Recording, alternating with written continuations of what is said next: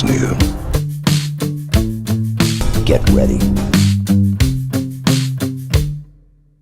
Hello, everyone, and welcome to episode 33 of the Play to Win podcast. My name is Keiran, and I'm, of course, joined by my awesome, amazing, fantastical co-host, Tyler. How are you? I am doing well. It's been a long week, a week with many ups and downs, more so downs than ups, but it's up right now at the end of the week, so we're good. We're good.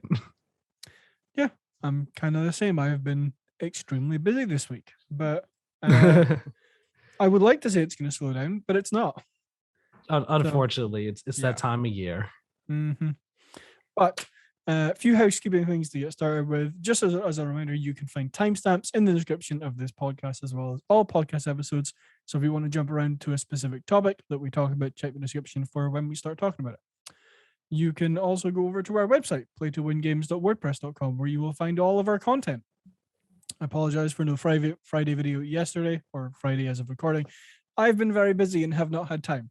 So there will be one from me soon, I promise. Yes. You can also follow us on Twitter and Instagram at PlayToWinGame, where you'll get updates on the show, random stuff that we share. You can go and follow us over there.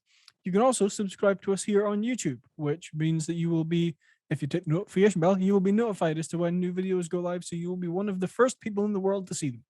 Mm-hmm. I think that's all of our housekeeping stuff. I'll go through that fairly quickly. Yeah, pretty sure that is all the housekeeping stuff, you know? Yeah. Share everything, please, and thank you. Greatly appreciated. Yeah, exactly. Share, like, comment, subscribe, all that stuff. Reviews. Yeah. So we are going to preview the topics for this episode. We are going to be talking about the Battlefield and GTA troubles that are going on just now. And we're celebrating 3 birthdays this week. 3 birthdays? Oh, yeah, that's right. I was sitting here, I'm like, 3. What do you mean 3? It's only 2. Yes. 3, you are correct. Yeah. So we'll get the third one is not happening this week. The third one happens the day this episode goes live. Yes, it's my birthday. The day this episode goes shoot, live. that'd be 5 actually. There's 5 birthdays because this episode goes live. It's also the birthday of Halo and the Xbox. Yeah, there you go. So there's a lot of birthdays happening. Wow. 5 birthdays. Mine, Series X and S, PS5, Xbox, and Halo. There you go. Lots of birthdays. But before we get into all that, we are going to have some brief mentions to go through. So I'm going to rattle these off real quick. Starting off, Sony has confirmed that more than 25 PlayStation exclusives are currently in development. I don't know as to whether they're all PlayStation Studios titles, but I wouldn't imagine so. I believe they're all in-house, or at least they're all PlayStation Studios titles. They might not be like first party made, but like, you know, like some of these games have been like Returnal was PlayStation Studios game, although they weren't first party at the time. Although I'm not even gonna lie, when this news dropped, I was like pretty sure they said this months ago, but okay. Probably. Sticking there on the PlayStation for a couple more brief mentions. Sony are apparently cutting the PlayStation 5 production plans, which means that it's going to be even harder to get one. Yep. And PlayStation have launched a new PlayStation Direct store in the UK so that you have one more place to see the PlayStation 5 out of stock. The next installment in the Far Cry series will apparently be a live service game, which no one asked for, but we're getting anyway. Unfortunately. The Steam Deck has been delayed into 2022. Square Enix has finally revealed the Spider-Man character in Avengers. So I don't believe they give a release date on that. No, yeah, they said we talked about last week. The release date is the 30th.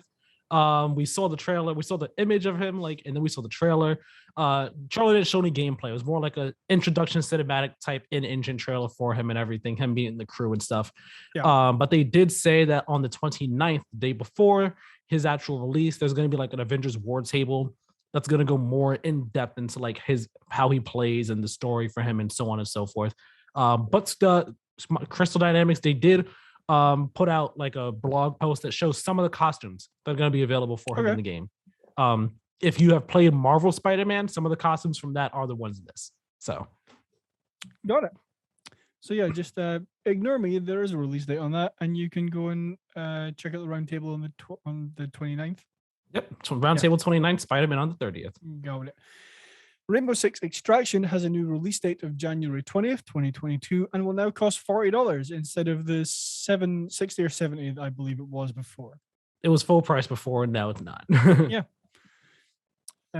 The first DLC for Far Cry 6 Vasa's DLC is out November 16th, so the day after this episode goes live. Check that out, people. Yeah, exactly. The Gunk, a Xbox console launch exclusive, is releasing on December 16th. Nice. In not so good news, Jump Force, the anime fighting game, is getting delisted and its servers are shutting down next year. That I think they're shutting down like January next year, something like that. When I saw this, I saw Jump Force trending, and I was just like, "Why is this trending? It's getting delisted, man, y'all! It's being delisted. Online servers being taken down. It's done. It's done. I was just like, okay. I mean, I guess it's a loss for the Jump Force fans, like the 5 that were out there. But I mean, like. Jump Force was a hot mess from day one. Yeah. So I don't know how big a loss this actually is. Yeah. Just under 3 years after its launch. Yep. It's a kind of a shame, I guess. Yeah. Again, I said kind of. Depends on who you ask. Yeah. For the 5 people who like that game, absolutely. Forza Horizon 5 is Xbox Game Studios' biggest launch ever and has hit over 4 million players just one day after releasing. Which is pretty sure they're at like 6 million players now or so. Like the number keeps going. It's like they had 3 times more concurrent players than Horizon 4 did at launch. Like this game is doing amazingly well. Yeah. I know that during that like early access period, I guess you can say, if you bought the like premium pass that gave you access to it on the 5th, there were 1 million players on it before it had even technically launched, which is a very large achievement. Congratulations to Playground Games. My favorite video game DLC ever, Tiny Tina's Assault on Dragon's Keep, has gotten a standalone launch, one could assume before the release of Wonderlands next year. It costs $10. So if you haven't played that DLC, please go play it. It's absolutely incredible. My favorite video game DLC of all time. More people need to play that. Yeah, go check it out. It'll give you, I mean, granted, like gameplay wise, it's not going to be the same as Wonderlands, but it'll give you kind of a taste of like what you could expect, like maybe thematically from Wonderlands and all. Yeah. Plus, it's $10. You have nothing to lose. Nothing. Fallout 5 is apparently real and will not be releasing for quite some time. Both these things we kind of already knew. Exactly. I mean, they're working on Starfield, which releases this next year, November next year, and then after that, they will be making and releasing Elder Scrolls 6. So, don't expect Fallout 5 in the next like 5 or 6 years at least. Yeah, this is like, it's apparently real. Everyone expects a new Fallout to come. Like we all know it's not going to be for a very long time. So this is just like, hey, don't expect us anytime soon. That's what that confirmation was, I guess. Yeah. I believe that was from a recent interview that Brian McCaffrey with Todd Howard, IG and Unfiltered. Yeah. Details about Obsidian and Compulsion's next projects have reportedly leaked. You can go and find information on those. I haven't checked that out personally. I did. I'm not going to get into detail about them, but they came from Windows Central, Jez Corden. Yeah. They're both they're interesting. They're interesting projects. Say that much. Yeah. Halo Infinite multiplayer is rumored to shadow drop today, as of when this episode goes live, November 15th. Which I'm going to be very curious if that happens. If it happens, then you all are probably playing it right now. Yeah. If not, then that rumor was just a rumor, but it came out of nowhere Friday night. So yeah, it has to be put in here. Yeah. I imagine, just real quick, I imagine if they're going to announce this anywhere, it's going to be at their 20th anniversary show. So I would keep an eye out on that. Probably. And our final brief mention that I threw in here kind of last minute, Digital Foundry's YouTube channel was hacked by Crypto Bros. Their channel was subsequently taken down, but is now back up and functioning normally. Good for them. It sucks that happened, but it's great they got the channel back. And it's funny because this all happened. And when it all happened, I didn't even realize it happened. So like I saw the channel was live before it happened. And then it's happening, I guess. And I'm just like, wait, this thing that's happening. And then I go back on to my YouTube and the channel's there. I was just like, guess I missed this. Okay. Yeah. Everything's good to go. Yeah. that will conclude our brief mentions for this week. So we are going to move on to our first news topic. That topic being the GTA Trilogy Definitive Edition, which launched November 11th, I believe, and Battlefield 2042, which is currently on early access on Xbox and will be releasing November 19th. Well, Xbox and EA Play. Yeah. It's not strictly just Xbox. If you're Game Pass Ultimate, then yes, but it's early access for anyone who has EA Play. It's an 10-hour trial. Yes, they are having some troubles right now, which I'm gonna read a little bit from this IGN article written by Joe Scrubbles, with some of the things that have been going on with the GTA trilogy. So let me find the part here. Here's saying, quote, the quality of all three games in the collection has garnered criticism. IGN staff members have come across visual glitches with player models, repeated problems with cutscenes, primarily where the world around the scene continues as normal, even causing cutscene actors to be pushed out of shot, and suffered from corruptive save data. Reading a little bit further down. Others have taken issue with how the games have adapted the feel of each world, not least in their approach to draw distance, primarily due to the technical concerns. The original game used fog effects to mask the world. With modern tech, this no longer needs to be done, but many have pointed out that simply being able to see the full extent of each open world with no atmospheric effects is odd rather than impressive. And the final thing I'll read from here.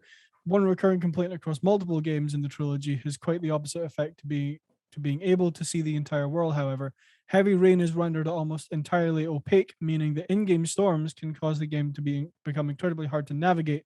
Some players have reported simply having to stop playing the game and waiting for rain to pass before continuing. That's just a handful of it, or a couple of issues from this IGN article, but there have been issues specifically for the Nintendo Switch and on Xbox. It's not had the best launch, to be fair. Yeah, it's been rough to say the least. And it's like I didn't get it, not because of these issues, simply because I was like, you know what, money wise, I'll just wait on it. I'll wait on it, and I'll get, when I have a bit more money. I don't need to jump on it right now, but I wanted to real bad because I really wanted to jump back into these games. And then I saw all these issues people are having, and I'm just like, you know what, I'm fine waiting a bit. I'm totally fine waiting a bit. Like the character models, people have been like making jokes and having some criticisms about character models ever since the first trailers were released, because they're just like the art, because it keeps the old art style, but the graphics have been bumped up and stuff. So people have been like giving character models, some stuff for that. But then once you see like other character models from the game and like how they look now as opposed to how they look before, some of them is just like, okay, yeah, that's not just like that's a bit of a difference. That's not like just like graphical difference. It's like, no, you look like a very different person, and not necessarily in a good way. The map stuff, when it comes to seeing the whole map, it's one of those things where I also understand people's I don't know if I say people, maybe I guess you could say it is an issue, but it's like looking at the entire map without the fog, just seeing it there, specifically San Andreas, because San Andreas is the bigger map of the three. Yeah. And San Andreas, it has like these like distinct biomes, like it's the city, and then there's the desert, there's the woods, and there's the Mount Chiliad and stuff like that. And San Andreas was like the biggest game. It was the biggest size map. I think it's still one of the bigger maps in the GTA franchise, if I'm correct. I might be wrong on that.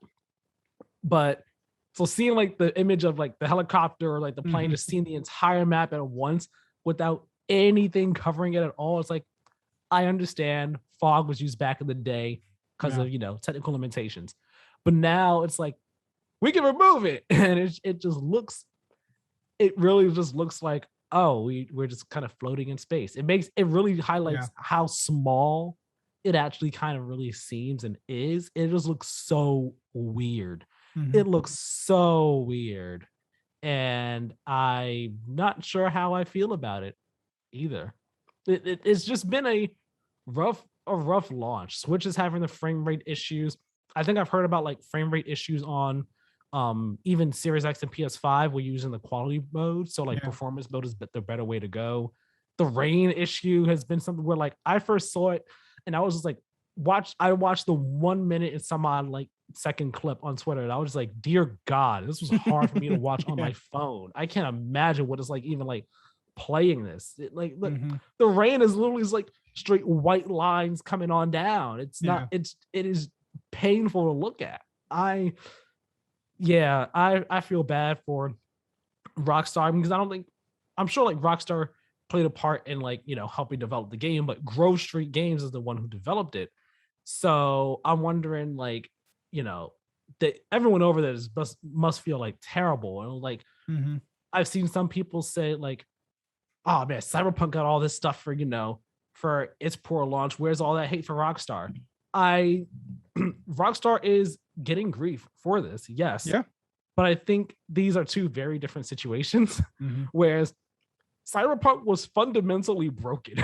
Yeah. It was broken in many ways. And like, it was hyped beyond belief for years by the developers themselves and the fans. So like that game's poor launch is very different from this one where the game works.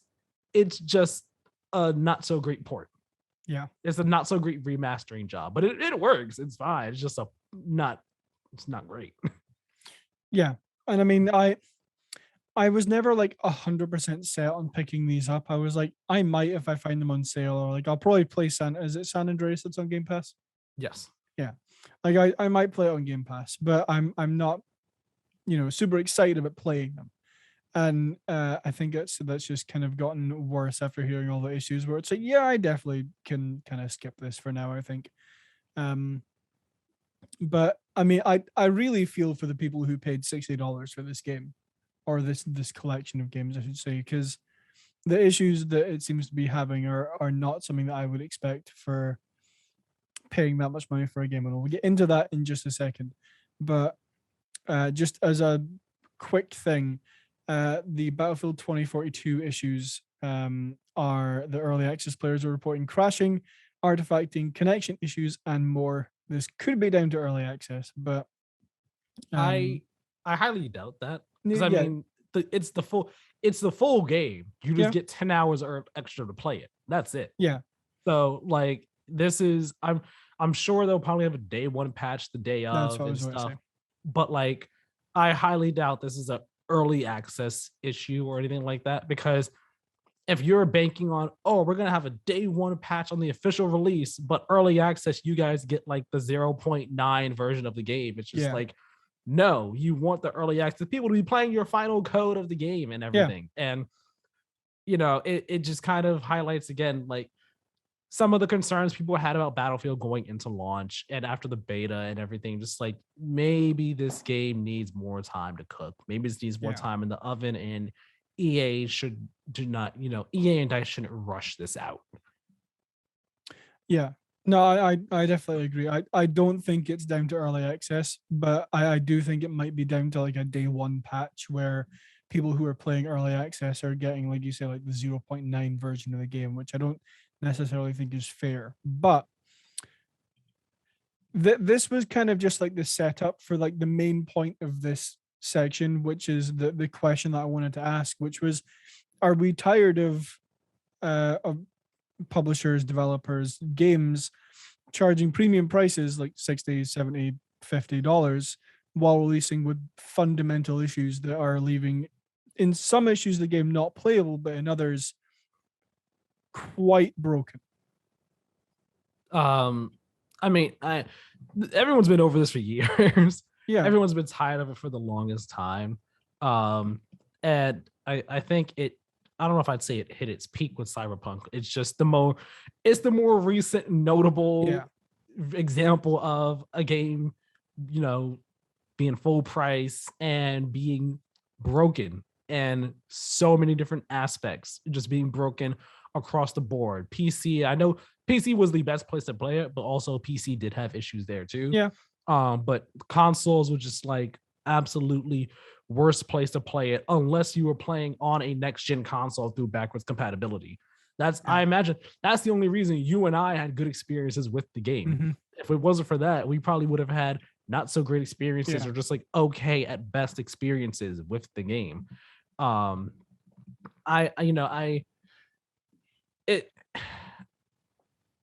feel like in a pandemic time where everyone's working from home and stuff, I'm like more likely to be a bit lenient in terms of like issues falling through cracks and stuff like that. Yeah. Because I imagine it's so much harder to get these things figured out and taken care of and stuff. But at the same time, if things are harder to figure out and so on and so forth, just let the game, cook a little longer. Let Yeah. it take some more time to be developed in. That way it's not a shoddy rush job of sorts. And I highly like the GTA trilogy. I don't necessarily think it was a rush job because I mean, this was rumored. Was this rumored last year or was it only this earlier this year where like the rumors started up that it was coming? I feel like it was this year's been so long. It feels like it's been longer than just this year. I could be wrong, but like I don't think that was a rush job, but I just think I don't think it was solely a rush job. Let me rephrase it. I don't think it was solely a rush job, but I do think that the devs behind it didn't have enough time to fix the things that they wanted to fix and work on the things that they wanted to work on, and get certain things up to good standards, like some of these character models, and the rain and all like some of these things. I don't like because there's no way you could look at it and think like, okay, this is fine. Like I'm sure these are things where they were like, yeah, this is an issue, but they're like, we'll fix it down the road with patches and stuff. And some of these things shouldn't be, hey, we'll fix it with a patch and all. It just shouldn't be. Character models, like I guess, falls into that category too. Although the character models that could have been like a creative decision, like we think they look fine like this with the new rendering and engine and everything that we're using for the games and stuff. But again, even those where you could look at some of them, you're just like, this doesn't look that great. This should probably be redone, fixed up some more and stuff. It's a complicated issue, I guess. But I mean, at a base, it's complicated, but it's not complicated. It's not complicated in the sense of if you're paying $60-$70 for a game, it should not be like broken and like beyond belief. Like that, it's like having so many issues in terms of like trying to play and stuff. You just shouldn't have these issues. I guess it's just complicated when you get into the financial aspect of it, where it's like companies want these games to come out to make money and stuff. They want to get like returns on their investments and so on and so forth. We got to make this much money for the quarter. We're trying to make this much money for our quarter and the year and so on and so forth. So that's where like things get a bit more complicated through the pandemic and how that affects development. It gets more complicated. But yeah, delay your games. Delay your games if you need to. Just do that. Everyone wins when you delay a game. Yeah, and I think that's kind of the bottom line is like, if you know that there is something like fundamentally wrong with your game, with like, take for instance the reports of like the Battlefield 2042 crashing or connection issues where people can't even connect to an entirely online multiplayer game.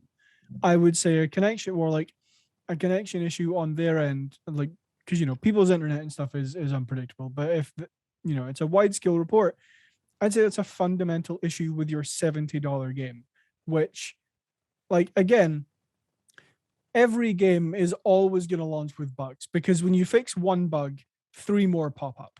So like, it's not like you can have this perfect game that every single thing in it works 100% of the time exactly how it's meant to.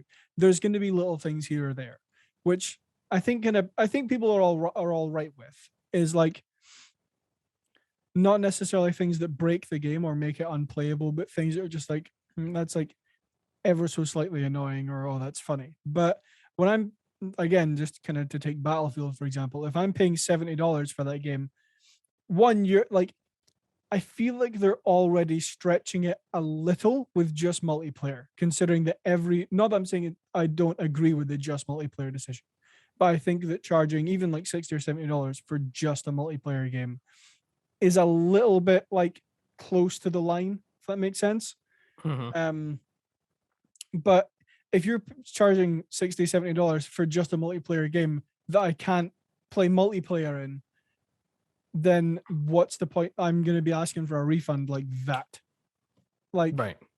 It's it's getting to the point now where I think, because it's something that, like, again, you said, this issue has been going on for years now, and I've seen it a lot more since Cyberpunk dropped up. It's funny when you were describing it, I don't know why, but a stock chart popped into my head. There's like a good way to describe it, because like it'll start off like here, and then when something happens, it'll go up, and everyone's talking about it, everyone's hating on this company, blah blah blah. And then once like they start to fix it and patch it, and like it dies down, then it'll start to go down again, maybe like to like the mid point. So like if it started here, went up to here, it would go to like here, and then another thing will happen and it'll like shoot up again. So like I think that's what we've been seeing over the last few years, is like it'll start off with nothing, and then like something will happen and it'll go up, and then it'll go down and up again. But I think they're at some point soon they're going to reach a breaking point where a few people, I don't want to say like the majority of the gaming community, because I don't think that's accurate, but like a large number of people are going to say, stop, like I'm not going to pay $70 or $60 for a game that has fundamental issues at launch. It's not going to happen. Well, I mean, that happened with Cyberpunk.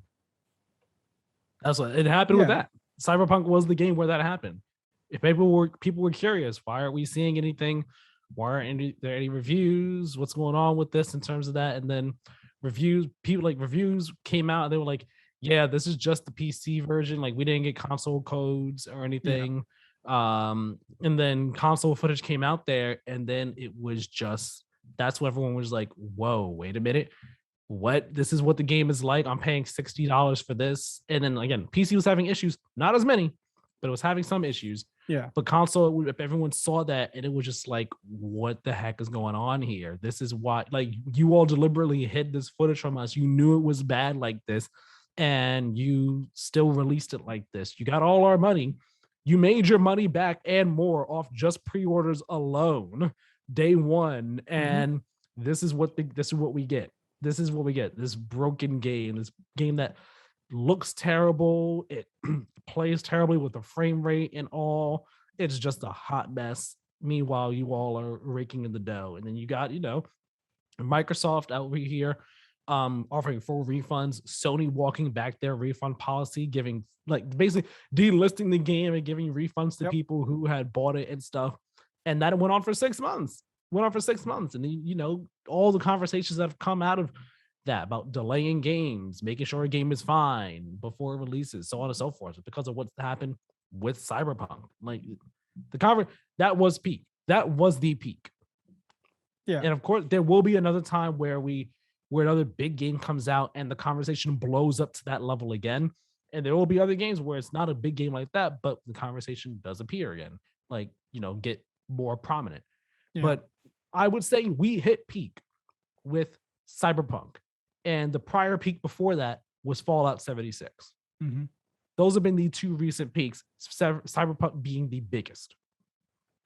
Yeah, couple of things that I want to kind of add into that. One, I did see that Rockstar were not allowing pre-launch like thoughts or footage or anything of the GTA Trilogy before it launched. Yeah, I don't know about like what the review code situation for the game was. I don't know if anyone had review codes. Like IGN didn't get review codes. No. I don't think they got review codes until like the day of. Yeah. Shoot, the other thing I was about to say. Oh yeah, and the I think it's reminiscent of, or the GTA Trilogy kind of launch situation is reminiscent of Cyberpunk in that way of like, they didn't give out launch, or they did give out review codes, and they showed off very little actual gameplay before it launched. So I mean, as much as this isn't as big a deal as Cyberpunk, I think you kind of have to ask the question, is like, they had to have known about some of these issues before launch, and they were like, yeah, we're maybe just not gonna show that so that people will still buy it, right? I imagine that they did know about some of these issues, but I will say no one probably batted an eye at it much, because one, they're just remastered ports of old games, and two, Rockstar's MO kind of sort of when it comes to marketing and stuff is kind of like, we'll release stuff when we release it. If we release something, we'll release something, if not, like, we're not going to give you something like so many, we're going to do like a bunch of marketing stuff just to like market something. Like, yeah, they're like, it's the original trilogy. It's just ports. It's coming. You guys, you'll get it. It is what it is. Like, we're not making a giant thing out of this. Like, it's a celebration. Yeah. But it's not like Red Dead Redemption 2, where it's like, all right, it's a big deal. We got to show you guys a bunch of gameplay. It's just like, you guys know these games. You guys have played these games. You've seen these games before. Here's what it looked like before. Here's what it looks like now. That's all we need to see. There's not much we need to show aside from like, not much we need to show period for the games, really, in terms of what they play like. They said that the games had the GTA 5 shooting system. They play, other than that, they play like, like they did back in the day. So again, nothing, we didn't really need to see anything from this. So I can understand from that side of things why people are like deliberately bat an eye and not seeing footage, because it's like, all right, well, this is what it is. We don't need to see. We don't need to see anything at all. Yeah, I mean that's a very good point. Is like I wouldn't necessarily need to see footage of it before it launches. I just think it would have been nice to see footage beforehand. Oh yes, 100%. And I'm not trying to defend Rockstar for not showing it. I'm simply saying this is like, as opposed to Cyberpunk, where it's like brand new game. What does it look like on these older platforms? We never saw it on these older platforms at all and stuff. And we knew it was a technically demanding game. We knew that. We were just wondering what it looked like back then. Yeah, I think that's very different from this, where it's like, we know what these are. We just need to see. Just what does it look like? That's it. And they just like, here's quick looks at what it looks like. Dope, fantastic. That's all we need to see. That's all we cared about. Yeah. Okay, I think we are going to move on from there, because I feel like this next topic is going to be quite a lengthy one. Yes, and it's the main topic of this week's show. Yeah. That topic being that the PlayStation 5 and Xbox Series X and S turned 1 this week, as of the 10th, which was Wednesday, and the 12th, which was yesterday, as of recording. The Series X and S and the PS5 turned 1 respectively. So we are going to have a look back in a sort of year in review fashion about things that have happened this year. This might be an assumption on my end, but I feel like Tyler is going to headline the PS5 bit. I'm going to headline the Series X bit, because those are the consoles that both of us have the most experience with. Right. Yeah. And you want me to give like a breakdown of like how we're going to do this? Sure. So like although we're like talking about the consoles, it's more so going to be not strictly about the consoles, but like how PlayStation and Xbox have approached next gen as a whole in this past year.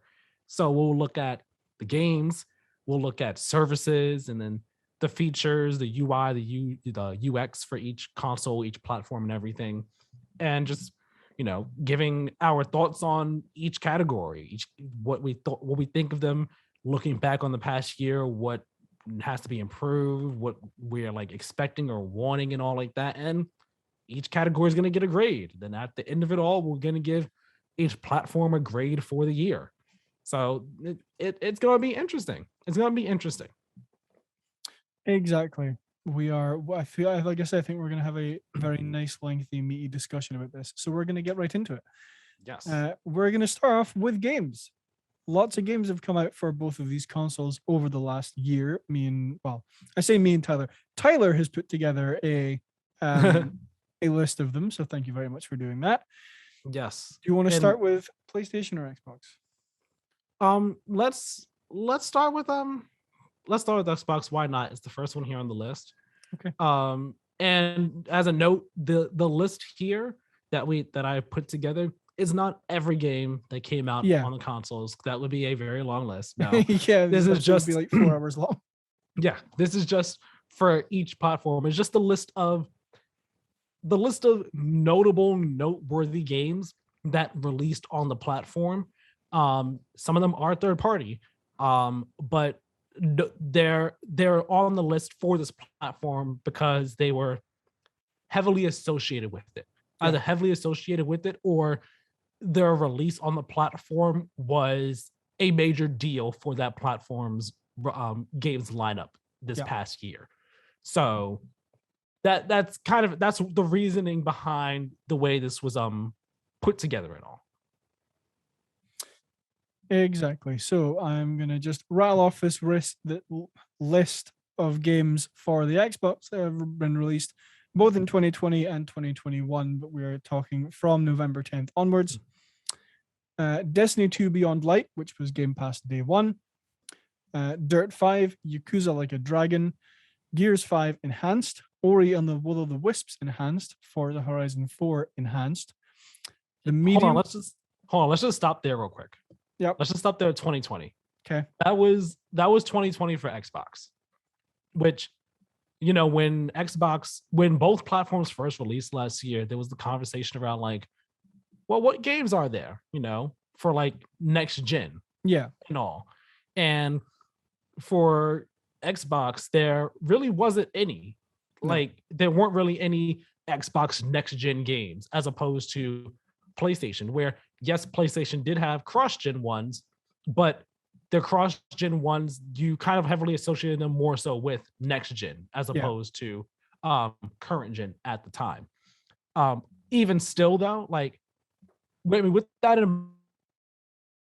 gen lineup, these notable releases here, I didn't put Assassin's Creed in it. I was going to. I chose not to, those because it wasn't one of the ones that was like a key player in next gen for Xbox, whereas Dirt 5 and Yakuza, I feel like were like, those were the two that people were like really talking about in terms of Xbox's next gen. Destiny 2, I was kind of a bit, the Beyond Light was a bit on the fence, but I mean, Beyond Light coming to Game Pass day one on Xbox was a big deal. Mm-hmm. So like, while their next gen lineup might not have been there, like they had some good stuff, but next gen, their lineup for fall 2020 and holiday 2020 for next gen, it was a bit lackluster, to say the least. Yeah, no, I definitely agree. Like, I mean, I still had a lot of fun playing some of these games. Like, the only reason I played Beyond Light was because it was in Game Pass. Like, I probably wasn't going to buy that. I haven't played Dirt 5 and I haven't played Yakuza.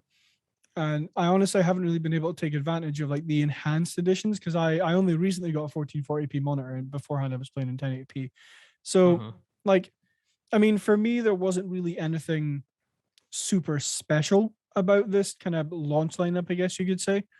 But I mean, it's still a good list of games. Like two of the games on this list are like two of like some of my favorite games ever. So I'm certainly not complaining, but I do wish there had been more. Yeah, it was just the lineup and the conversation around Xbox when it first, you know, when these next gen consoles dropped was, well, what's the reason to get an Xbox, a Series X or a Series S? And there wasn't really much of a reason at that point, aside from better performance, and better resolutions, really. That was really better resolution, better performance, and, you know, the faster speeds of the console and stuff in terms of load times and stuff. That was really it. But in terms of games, there wasn't really anything there that was just like, buy us now. And kind of, yeah. It was just, you know, it was like there was relying heavily on backwards compatibility and Game Pass. So holiday 2020 wasn't the best start games wise for Xbox and next gen. But that changes once we get to 2021. Keiran? Yes. So in 2021, you have had The Medium, Outriders, which came to Game Pass day one in April, MLB The Show 21, which also came to Game Pass day one in April, Death's Door, Scarlet Nexus, which came to Game Pass in September, The Ascent, Microsoft Flight Simulator, 12 minutes, also in Game Pass in December. Sorry, September. Not even in December yet, Keiran. What are you doing? Psychonauts 2, The Artful Escape, which came to Game Pass in September as well. Back 4 Blood, Game Pass in October. Age of Empires 4, which isn't on the Xbox console, it's only on PC, but is within the Xbox ecosystem. Forza Horizon 5, which we've briefly mentioned in this episode, which is phenomenal. And Halo Infinite will be launching in just under a month. barring any last minute Yes. delays. Part of me in my mind is like, what if Halo gets delayed again? Yeah. What if it's like a last? Because as far as I know, the game has not gone gold. No. Has it? Yeah, it hasn't gone gold. So like, what if there's like do a last minute delay? Yeah. The possibility is still there, and I would not be surprised, but also not that surprised if it happens. Maybe that's why they're shadow dropping multiplayer on Monday. And again, remember they said before they don't want to do that. But what if that happens? It's just so weird. We are less than a month away from this game releasing, and it's not gone gold. I don't know of any time that's happened before. But different discussion, different conversation. Yeah, exactly. Halo Infinite is the last game that's supposed to be coming out, big game for Xbox this year. Yeah, I mean, and you could also argue probably the biggest game, the biggest game to date for Xbox. Not even argue. It's 100% the biggest game. It is the most riding on this game. Yeah, undoubtedly. Yeah, like Halo Infinite has to do well. It has to. It just does. Yeah. I mean, preview this week for the campaign. IGN did like a 4-hour campaign playthrough. They played 4 hours of the campaign, did a preview on it. I know Game Informer, that's the cover story for this coming month, so you can read about it there. I've read IGN's preview, not Game Informer's. The campaign, again, everything saying in terms of gameplay seems cool, and as they say in the preview, the story is where like the worry kind of is right now.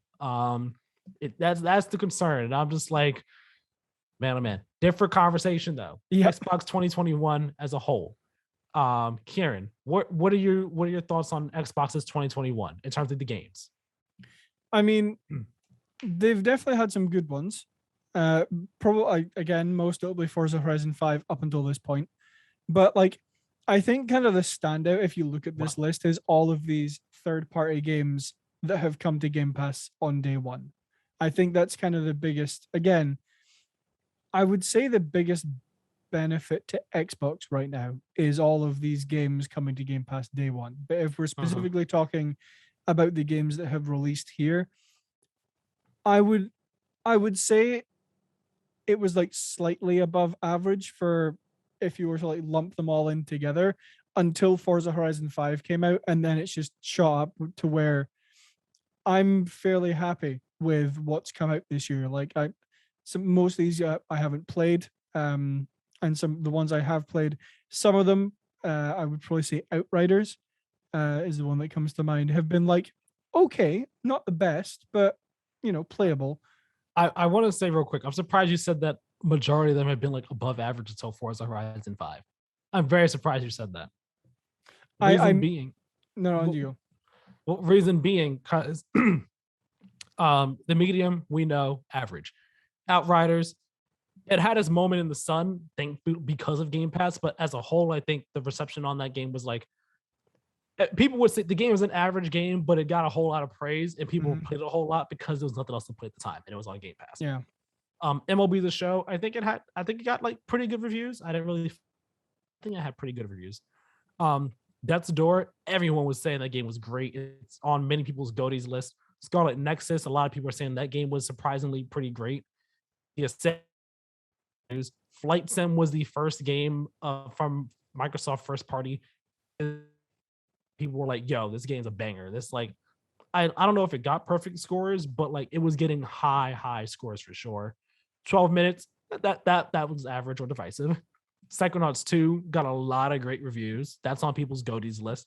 Artful Escape, I think I saw it get some pretty good reviews. Back 4 Blood, good or average reviews. I think mostly good reviews. Age of Empires 4, don't follow it. I guess got good reviews. Forza, that's been like the big blowout one for sure. That has been like the highlight of the year. Halo, we'll see, of course. But I think that for the most part, the games that have come to Xbox this year on this list, these notable games, have been pretty great. They've been pretty good. And first party wise, Flight Sim and Psychonauts 2 they've done really well for Xbox. They've been, maybe not financially, but like critically, they've been great. They've been critical darlings. Yeah, no, I mean more above average is like if you lump all of these games into one and were to kind of, I don't know, like I don't want to say average out the scores because I'm not really going on scores. I'm going on more like overall reception to them, maybe outside of critical reception. But like if you were to lump all of these games into one and the response to them, I would say it was above average. I wouldn't say it was like that's why I disagree with you on that. I disagree with you No? on that. Because you say above average, I'm thinking 70s. I'd say you reception, critical, and fan reception. I'm not gonna go by commercial reception, but critical reception, fan reception. I'd say if you want to like average that all out and stuff, I'd say that would come out to like in the 80s if we're doing numbers. Like I'm thinking above average, I'm thinking like is in like the 7 range. Like the 7, like that's what I'm thinking. The 7 range is like above average. But like I just said, this list for 2021 that would be in that above average range would be above average or average would be the medium, Outriders. I was about to say Outsiders. The medium, Outriders, 12 minutes. Maybe Back for Blood. Those would be the only 4 in that average above average range. Everything else is like above that. Okay. I think we're slightly disagreeing on this, but I feel like we've spent too much time on this. So the overall reception has been fairly good to most of these games. Is how I will sum that up. But I think it's been a great year for Microsoft's games. Yeah, no, in terms of games coming to their platform, I think it's been a great year. And again, I will see a lot of that is buoyed by Game Pass. We'll talk about that a bit later, of course. Yeah. But overall, I think they've had some pretty great games coming to their platform this year. I agree. Gonna leave it at that for games for Xbox. So where would you rate games for Xbox as a whole for this first year of next gen? What would you grade them? Letter score. Probably gonna say a B+. Okay. That's kind of what I was thinking. I was thinking like a B+, no lower than a B for sure. Oh no, definitely not. I'm thinking B+.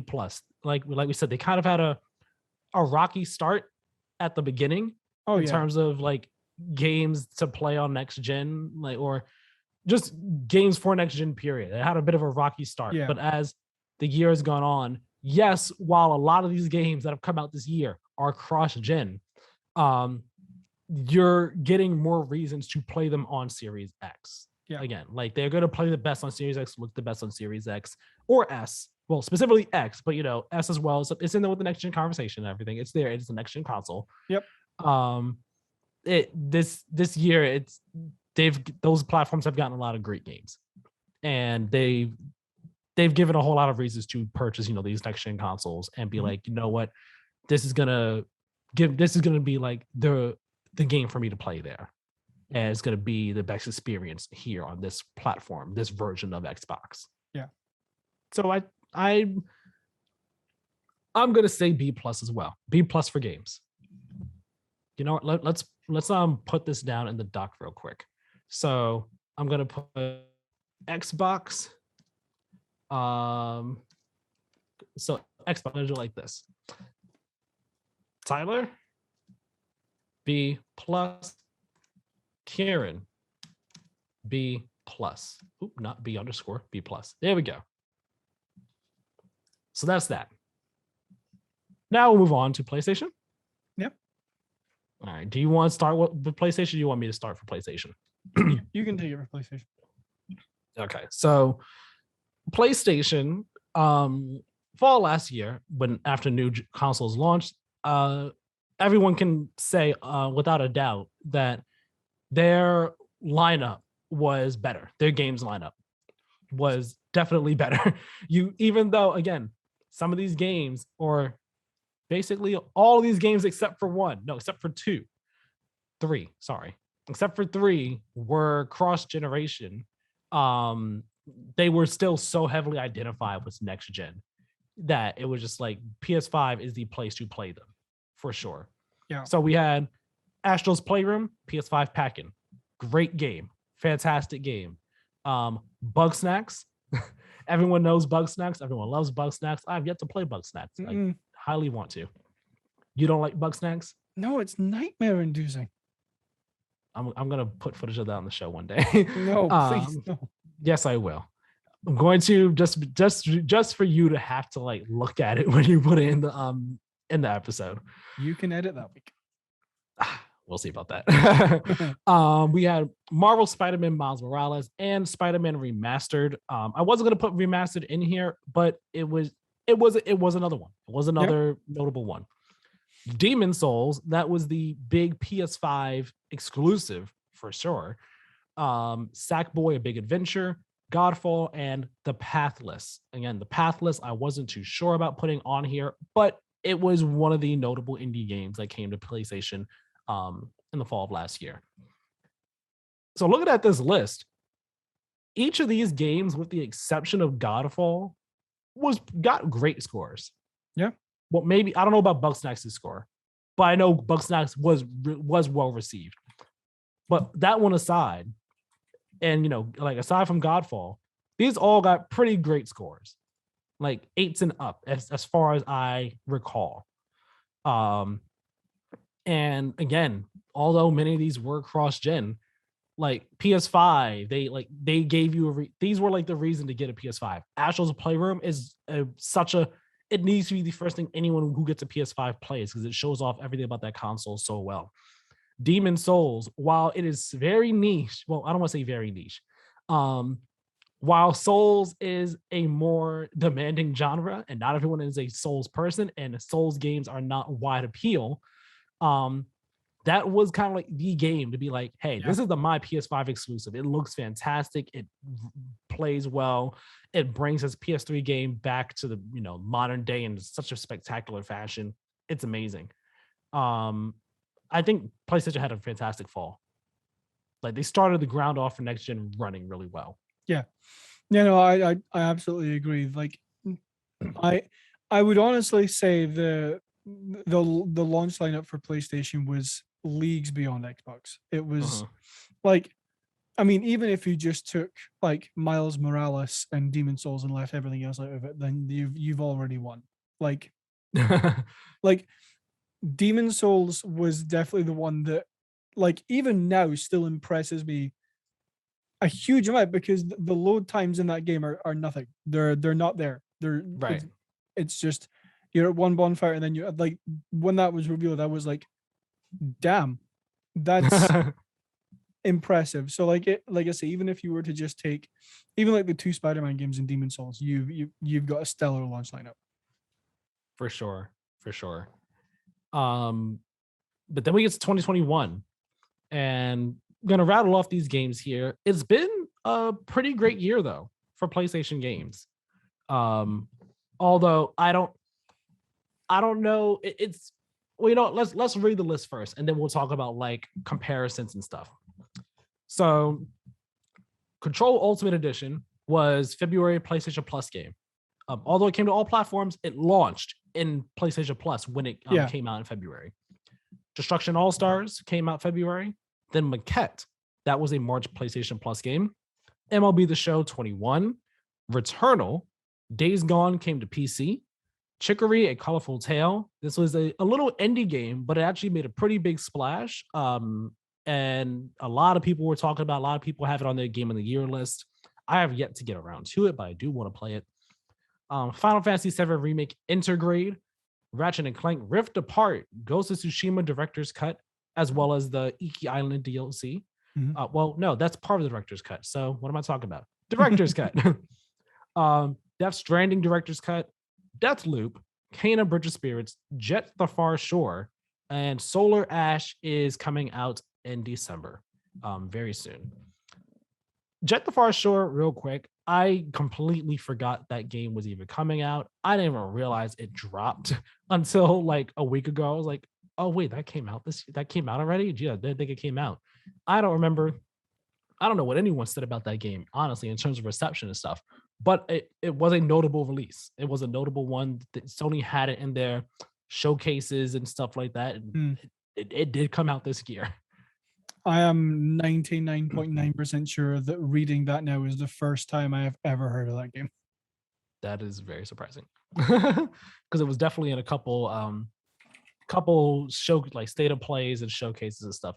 Not as many as Deathloop, but it was in a couple of them for sure. What, you mean Deathloop that was in all of them?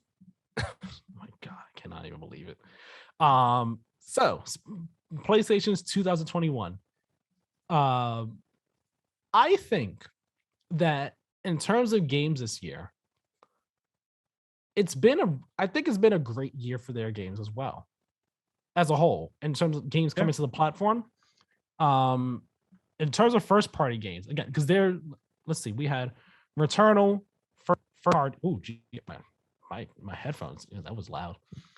Returnal, I think, well, it didn't start the year off. The Sharks at All-Star started the year off for first party and kind of came and went. Came out, was lackluster, and people were like, okay, moving on. But Returnal was the first party game that was like, wow, that took everyone by surprise. I don't think anyone expected it to be as good as it was. But it ended up being a really great game, really amazing game. I was surprised. I loved it. It's an amazing game. Ratchet and Clank Rift Apart, that was the PS5 showcase for sure. And that one came and met expectations, exceeded expectations for some people. It was another amazing game right there.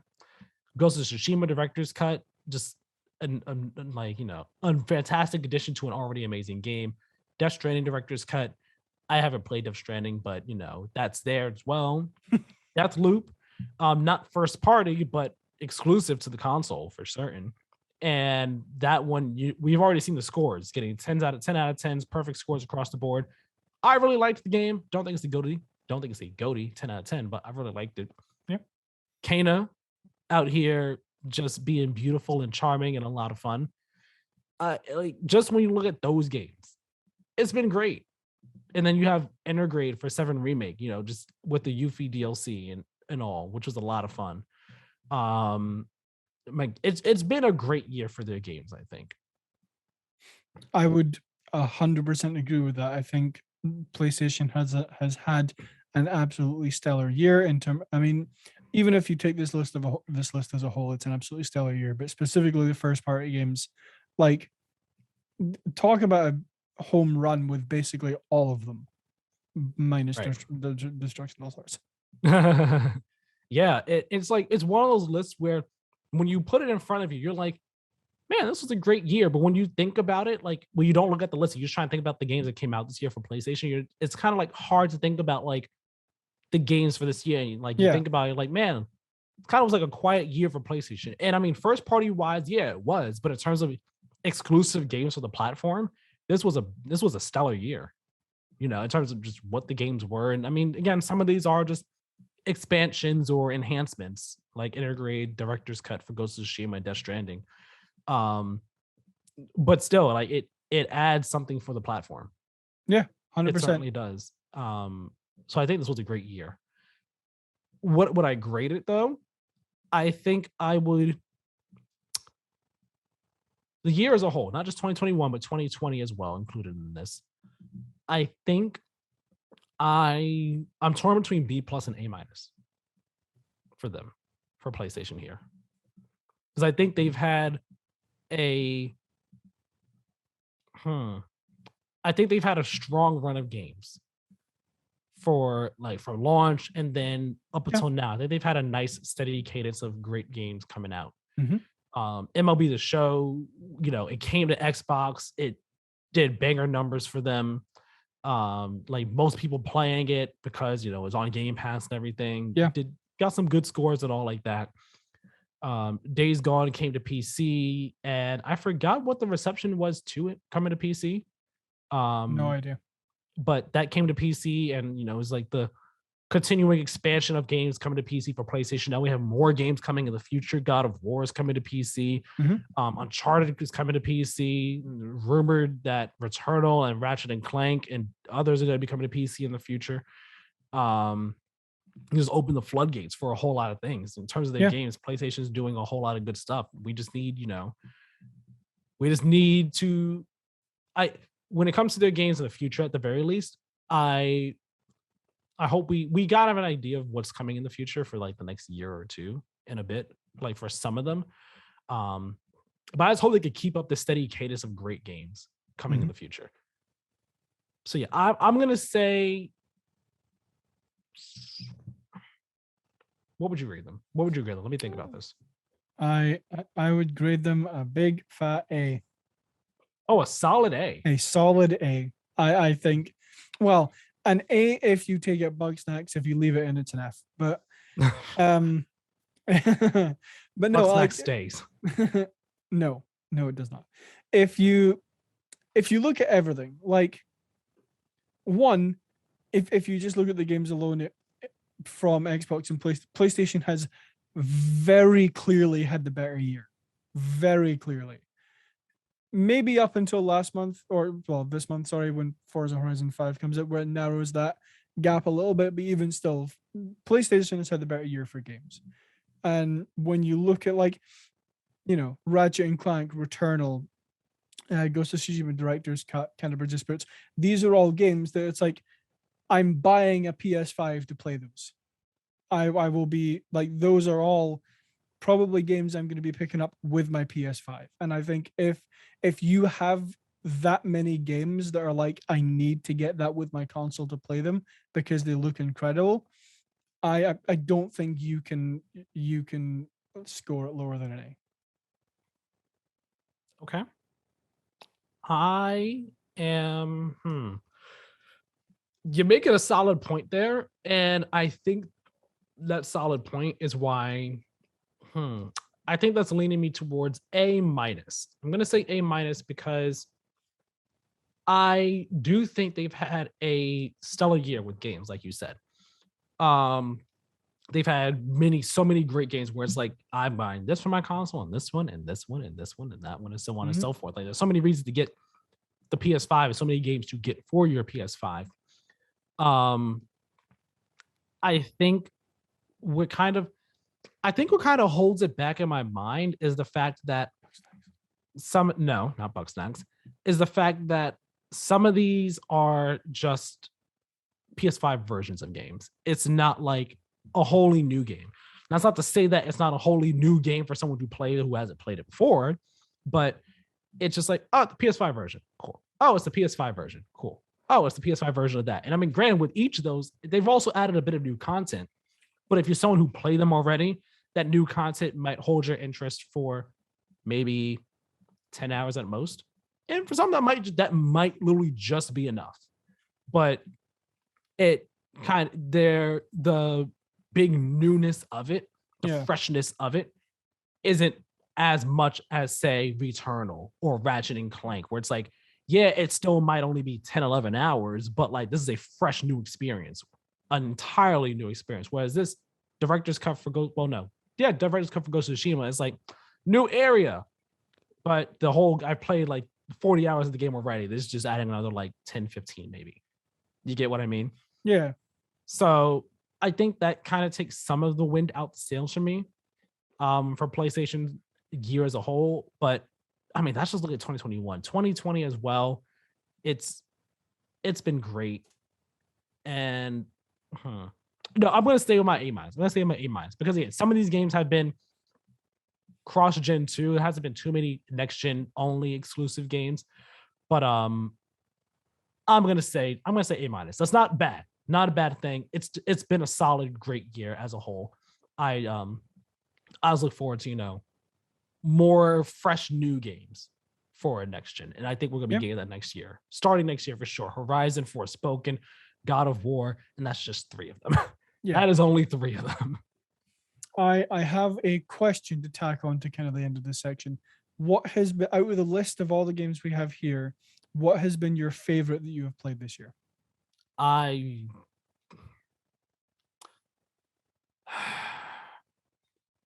For both PlayStation and just PlayStation. All right, just PlayStation. I was gonna say that's tough for me to say for both of them because I mean, for Xbox of this list, I've only done Horizon 5. Scarlet Nexus if you count the demo, but just Horizon 5. For PlayStation, that is a tough one, including 2020 as well, right? Yeah. I'm not going to answer that question because that's going to go into GOTYs. And fair, actually. And I still haven't kind of decided what my GOTY is yet. Fair enough. And so whatever my favorite is what my goatee would be. So I'm not going to answer that right now. Fair enough. In that case, we will move on to services.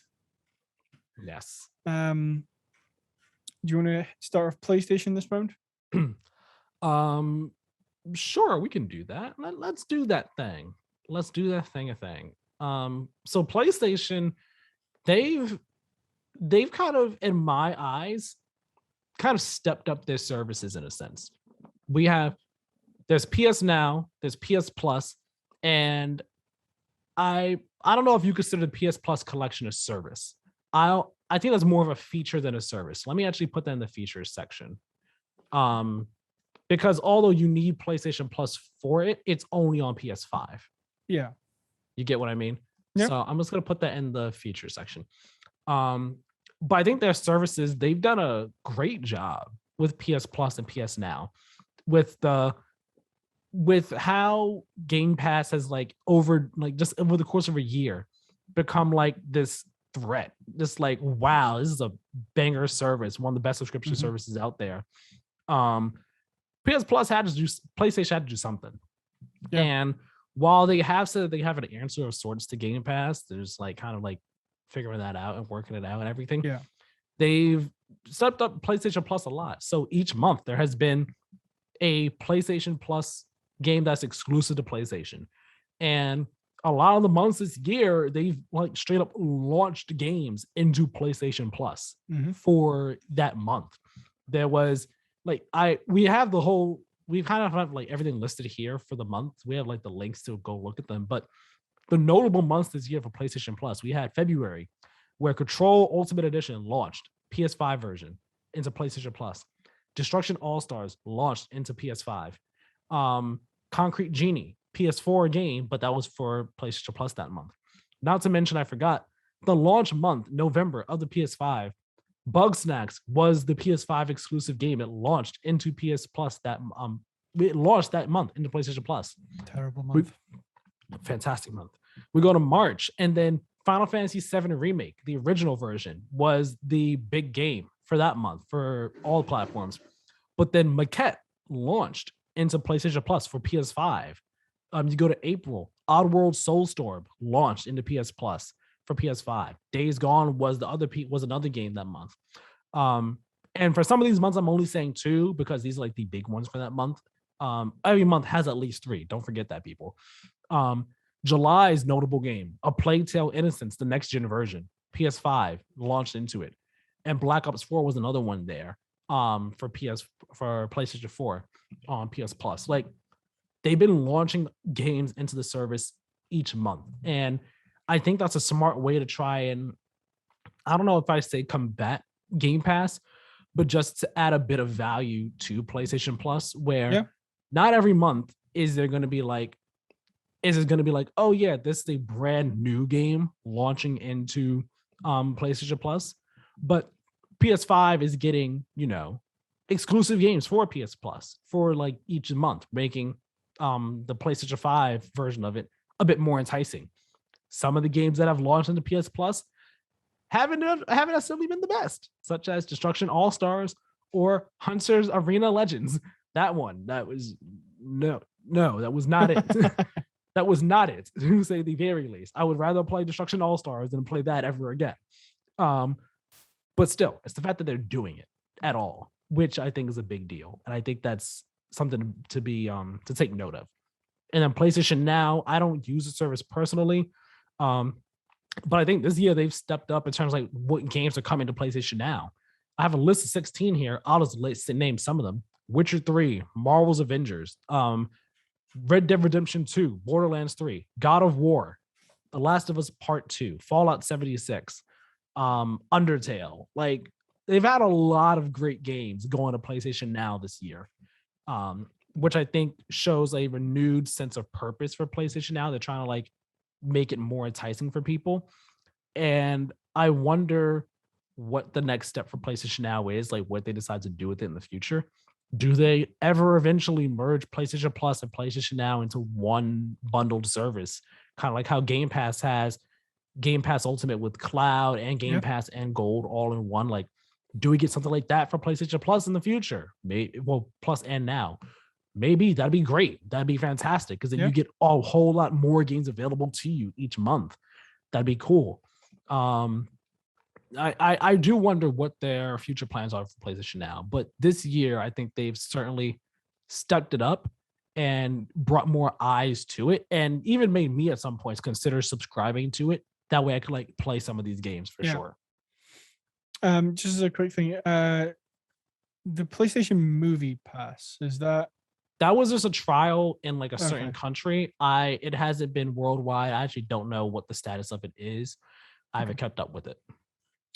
Yeah. No, I mean, PlayStation has had a pretty good year for services as well. I mean, again, I don't think it necessarily combats Game Pass, but the like launching games day and day into PlayStation Plus has been absolutely fantastic, and I'm sure has had made more people subscribe to that service, but two, has given a lot more value to the PlayStation 5 over the last year. And then PlayStation Now adding all those games is also, again, really good. Right. Do you want me to rate it first or move on to Xbox? I mean, I think I would rate, in terms of services this year, between these two, I think that I would say that it's been I'm gonna say that it's been, I'm gonna say A- on this as well. Reason being, I think that PlayStation certainly stepped it up with both services this year. Once PS5 launched, they've taken steps again just towards making each service more valuable, more enticing for people who are subscribed or are even not subscribed. To subscribe and then stay subscribed. Sure, there have been like some down months with PS Plus, and not every month is going to be a certified banger of a month. Some months have been lower key than others, but even still, like, it's been a great year, and the moves that they're making with each service, I think, are great ones, and I think they point to, the services getting even better as the years go on for this generation. Yeah. I don't think they're perfect, but I think they are pretty good. So I'm going to say A-. Yeah, I mean, I was gonna say a B+. Like, I think that they have certainly stepped things up, but I think they could still do more with them, and I'm excited to see what that is.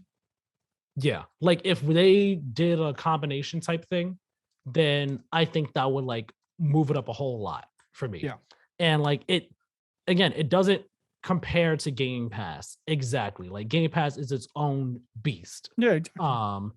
But I think they've been doing a good job. You said B+? Yeah. Okay. On to Xbox now, Keiran. Yes, we are going to talk about Xbox. So I'll go from worst to best. Games with gold. Just F right off the bat. Just if you were to look at games with gold, it's the service needs to die. There's no point to it. They give you like, there have been some okay months, I would say. Like, you got Gears 5 one month, which was pretty good, but you can get it in Game Pass. And then I think that's probably the only like most notable game that's coming into my head for games with gold. I'm not going to go through this entire. I mean, you Dead Rising and Little Nightmares in January, but I'm not going to go through. There's been like 1 or 2 months where it's like, hey, here's like a game or two that's actually noteworthy. Yeah, exactly. So it's like, no, I'm going to move on from that. I hate that service. It needs to die. xCloud, which I think they launched last year and has become more prominent this year because it's been brought to PC, and they found a workaround for iOS and Apple devices. You can play it on the web. Like, they've done a lot with xCloud. They've improved that service quite a lot, because earlier this year, I think in March, April, May sometime, I think, don't quote me on that, all of the xCloud servers got upgraded to Series X hardware. So they're basically, you are now playing games on a Series X. You're playing in xCloud. Still not perfect. There, like, I was talking about it last week before, that, like, I have an Ethernet connection and I have like hundreds of megabytes down and about 100 up, and it's still quite, no, I don't want to say quite laggy.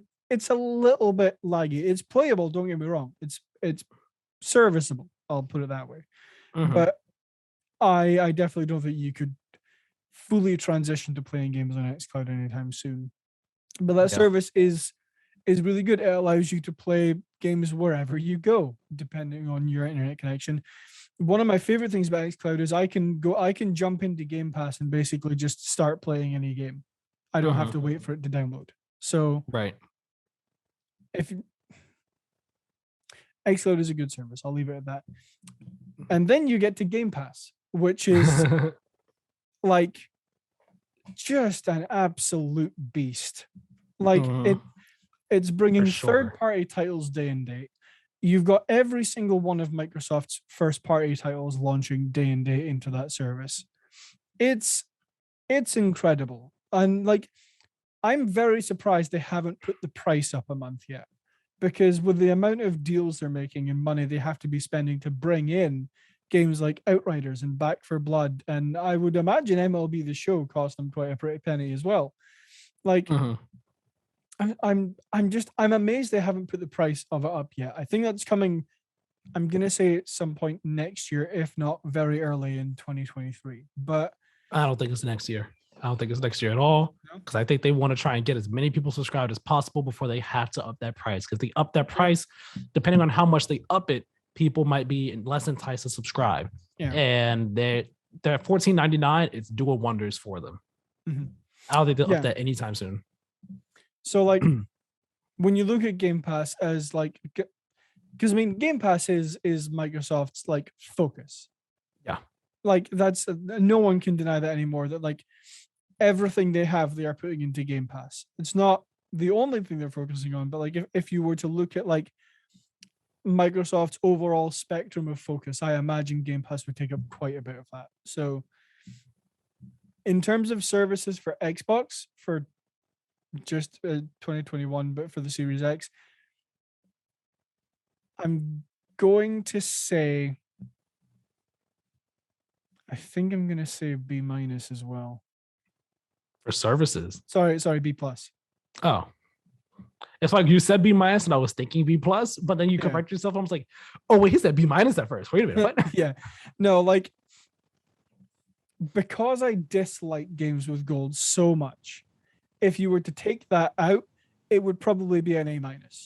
But I feel like games with gold is kind of dragging the overall services Microsoft offer down just a bit, because yes, it's not on everyone's minds all the time, but when you hear of the new Xbox games with gold for that month, I'm sure everyone's just like, why do we even bother? Like, what's the point? So here, you want to hear what I'm going to say about this? Yeah. About their services? Here's my grade. Before I even explain anything, I'm giving them an A. Okay. They get an A from me. You said B+. I'm writing this down. Yeah. You said B+. I said A, because outside looking in, I just got an Xbox a month ago. No, 2 months ago. End of September. It was around then. Got my Xbox. Yeah. I've enjoyed it. I've enjoyed my time with it and stuff. I've enjoyed Game Pass, although I've only played like 2 things off Game Pass. So regardless though, games of gold, yes, it's a lackluster service. It's kind of just there to be there at this point. Yeah. Xbox Live Gold, it's there for the people who don't want Game Pass. It fills its purpose. That's why Games of Gold still exists, but Games of Gold is lackluster. So Xbox Live Gold is just like, all right, we just pay to play multiplayer and for some basically poor free games. We get a good free game every now and then when they throw us a bone. And remember that we exist. Yeah.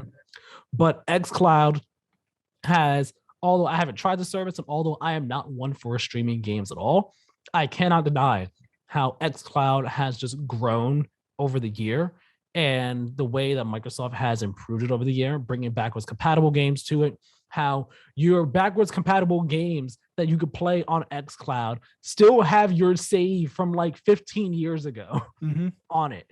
That is amazing. And it's just seamless. It's easy to do. You just pop it on your phone and bam, I'm playing Oblivion with my save from 2007. Like what type of future is this? It's amazing. Improving the servers, bringing xCloud not just to mobile, but now it's going to be on console as well. It's on PC too, but it's going to be coming to console. So now you could play next gen games on your old gen Xbox And, it's not going to be the same experience, sure, but you can play those games on it until you get your next gen console. Like, that's awesome. That's amazing. That's fantastic. And then, like you said, Game Pass. Game Pass is an absolute beast. And this past year has just proven just how important Game Pass is to Microsoft. I mean, it's part of the executive bonuses right there. Like Game Pass's success. That shows how important it is to the company. Yeah. And this past year has proven, just like we all thought, last year, like, man, Xbox has no games and stuff in terms of like the launch for the platform and everything. Yeah. But, there's relying on backwards compatibility in Game Pass. But Game Pass has come to prove to be like, hey, like, this is the central pillar. And this central pillar is killer. It is killer, and sometimes it's filler, but that filler sometimes isn't, like, it's just there. Like, it's mostly killer, sometimes filler. Yeah. And getting these third-party deals on there, Back for Blood, Scarlet Nexus, MLB The Show, The Medium, third-party adjacent, not third-party really, I guess, but like getting those deals and stuff, The Artful Escape, 12 Minutes, Outriders, these day one deals, like, they've made the service so much more enticing. It made Xbox as a whole so much more enticing for anyone and everyone. That it's hard to deny it. It's hard to resist just how good Game Pass is and just how important it is for Xbox as a whole. And because of Game Pass and xCloud, I'm 100% saying the services are A. They've done a fantastic job. Games with Gold, yes, it's like, it drags things down a bit. It's not fantastic. It's not amazing. But I mean, who really, honestly, seriously speaking here, who cares about games with gold, or who actually thinks about games with gold? Like, when you think about Xboxes and their service, you think Xbox Live Gold, Game Pass, and xCloud. I forget games with gold is a thing until it pops up every month. Yeah. Honestly, I do. I don't care about it. I don't think anyone on the Xbox side actually cares about it unless they are not subscribed to Game Pass. Even if you aren't, you probably don't care about it because it sucks. It doesn't matter to you.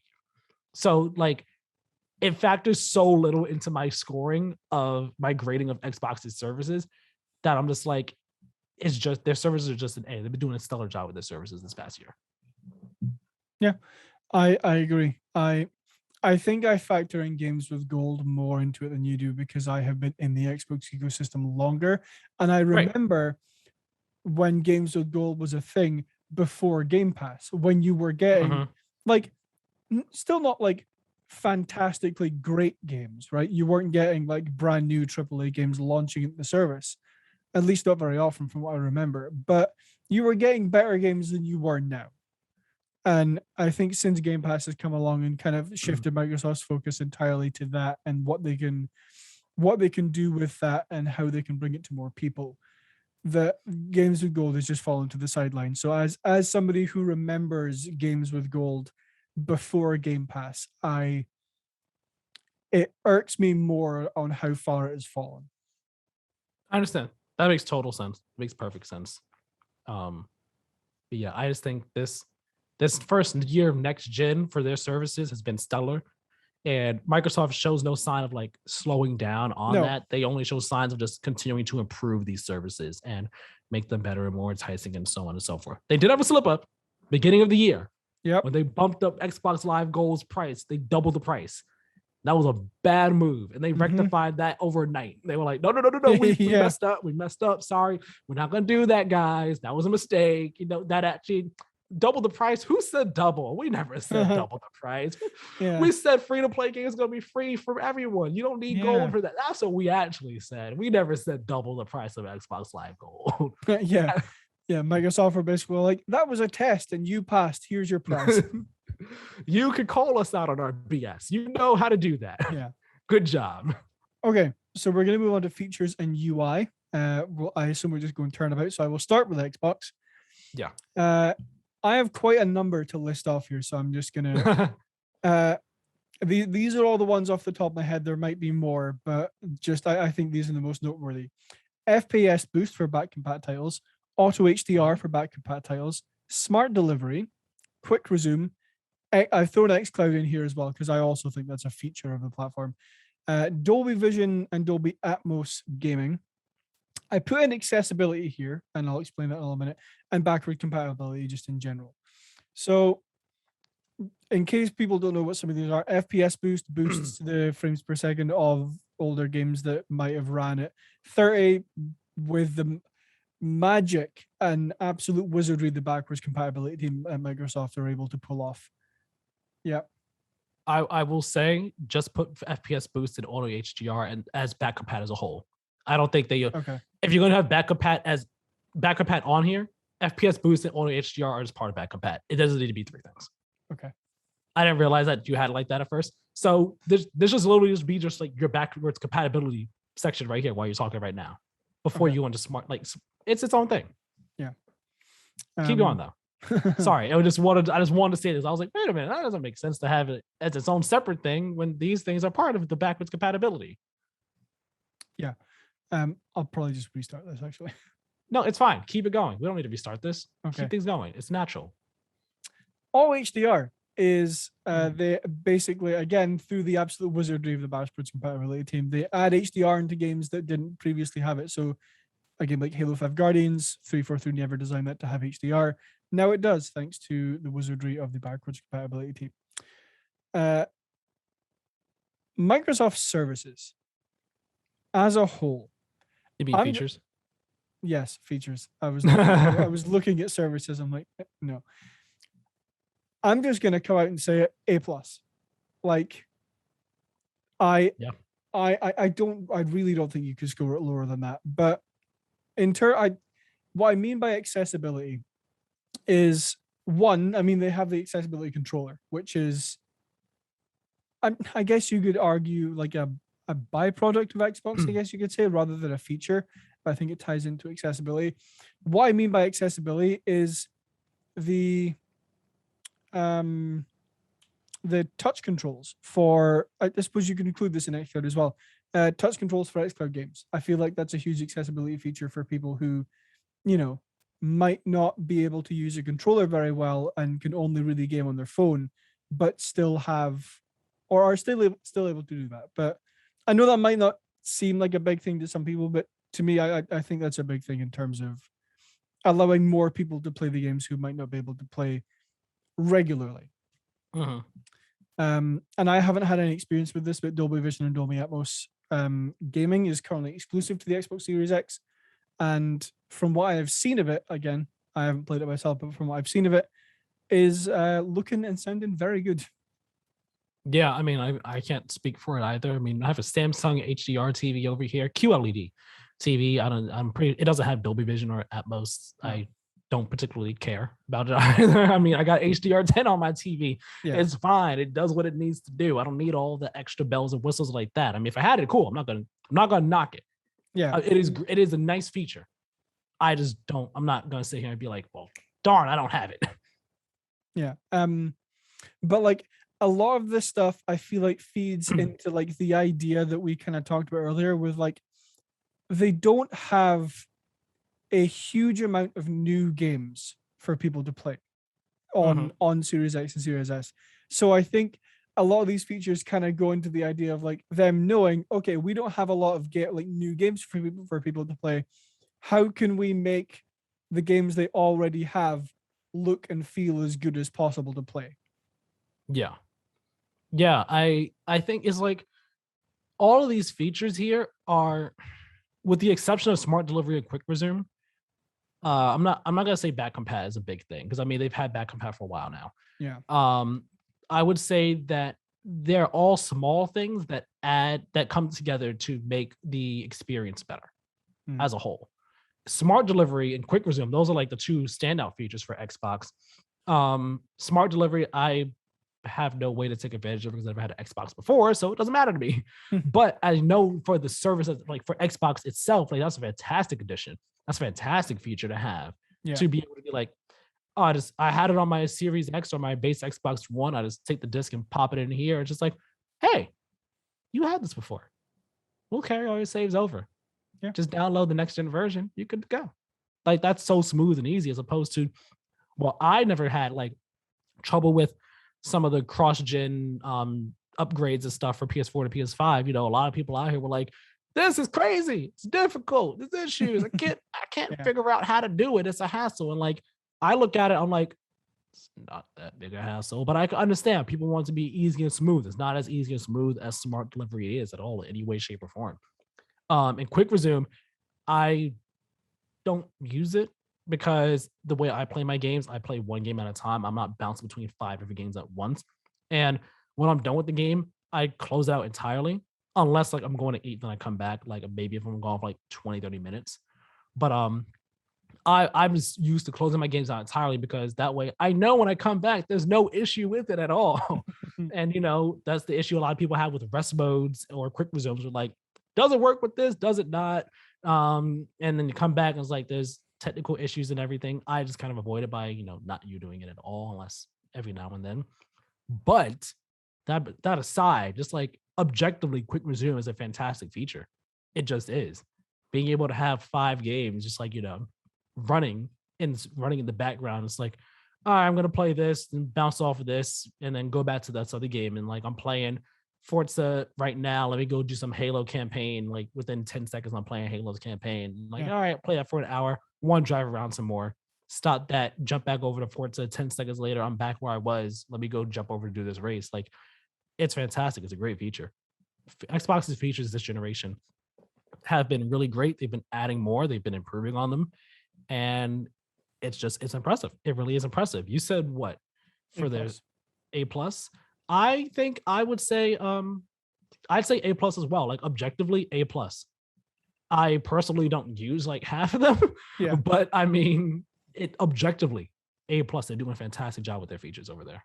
Yeah, I do have like a thing to say about smart delivery specifically. Is I think smart delivery is going to be a great feature at the start of the generation and a great feature at the end of the generation, not so much in the middle. Yeah. That's the thing. Everyone's been saying that about smart delivery. It's like, yeah, like 2 years in, it's not going to matter anymore. And probably exactly. Right. Probably right. It's not going to matter unless like more old gen games get next gen upgrades and stuff. But like most 9 times out of 10, it's just not going to matter. In like 2023, it's not going to matter at all. No, most likely. Ready for PlayStation features? Yes.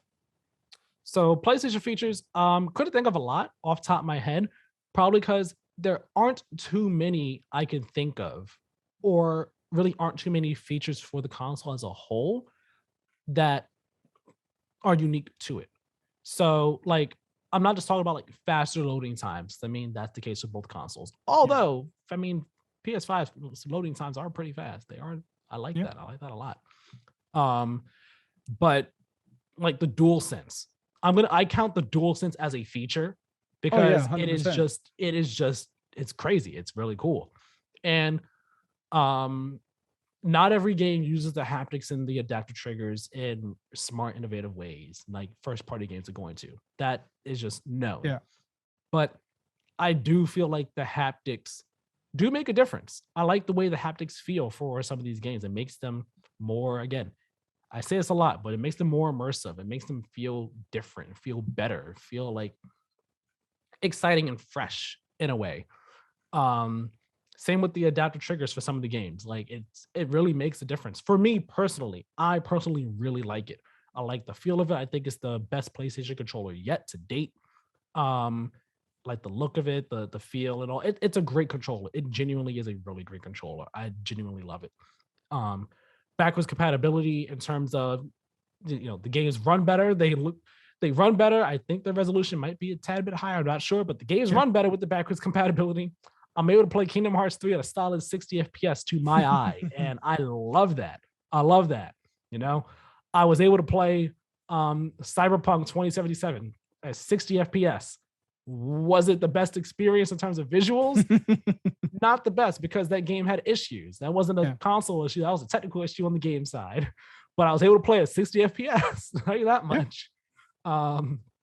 So like backwards compatibility wise, it's cool. It's nice to be able to play these games at higher frame rates, at better frame rates and stuff like that. Game help. And that's a feature that I think a lot of people forget about, and I forget about it a lot too.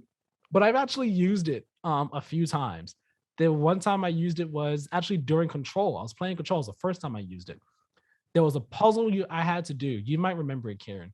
Mm. You're in a room and there's like these computer terminals, and you have to match the image with the computer terminal in the specific order. Yeah. And I was like, I knew it was what I had to do at first, but then I was like, wait, what's the order? Where is it now?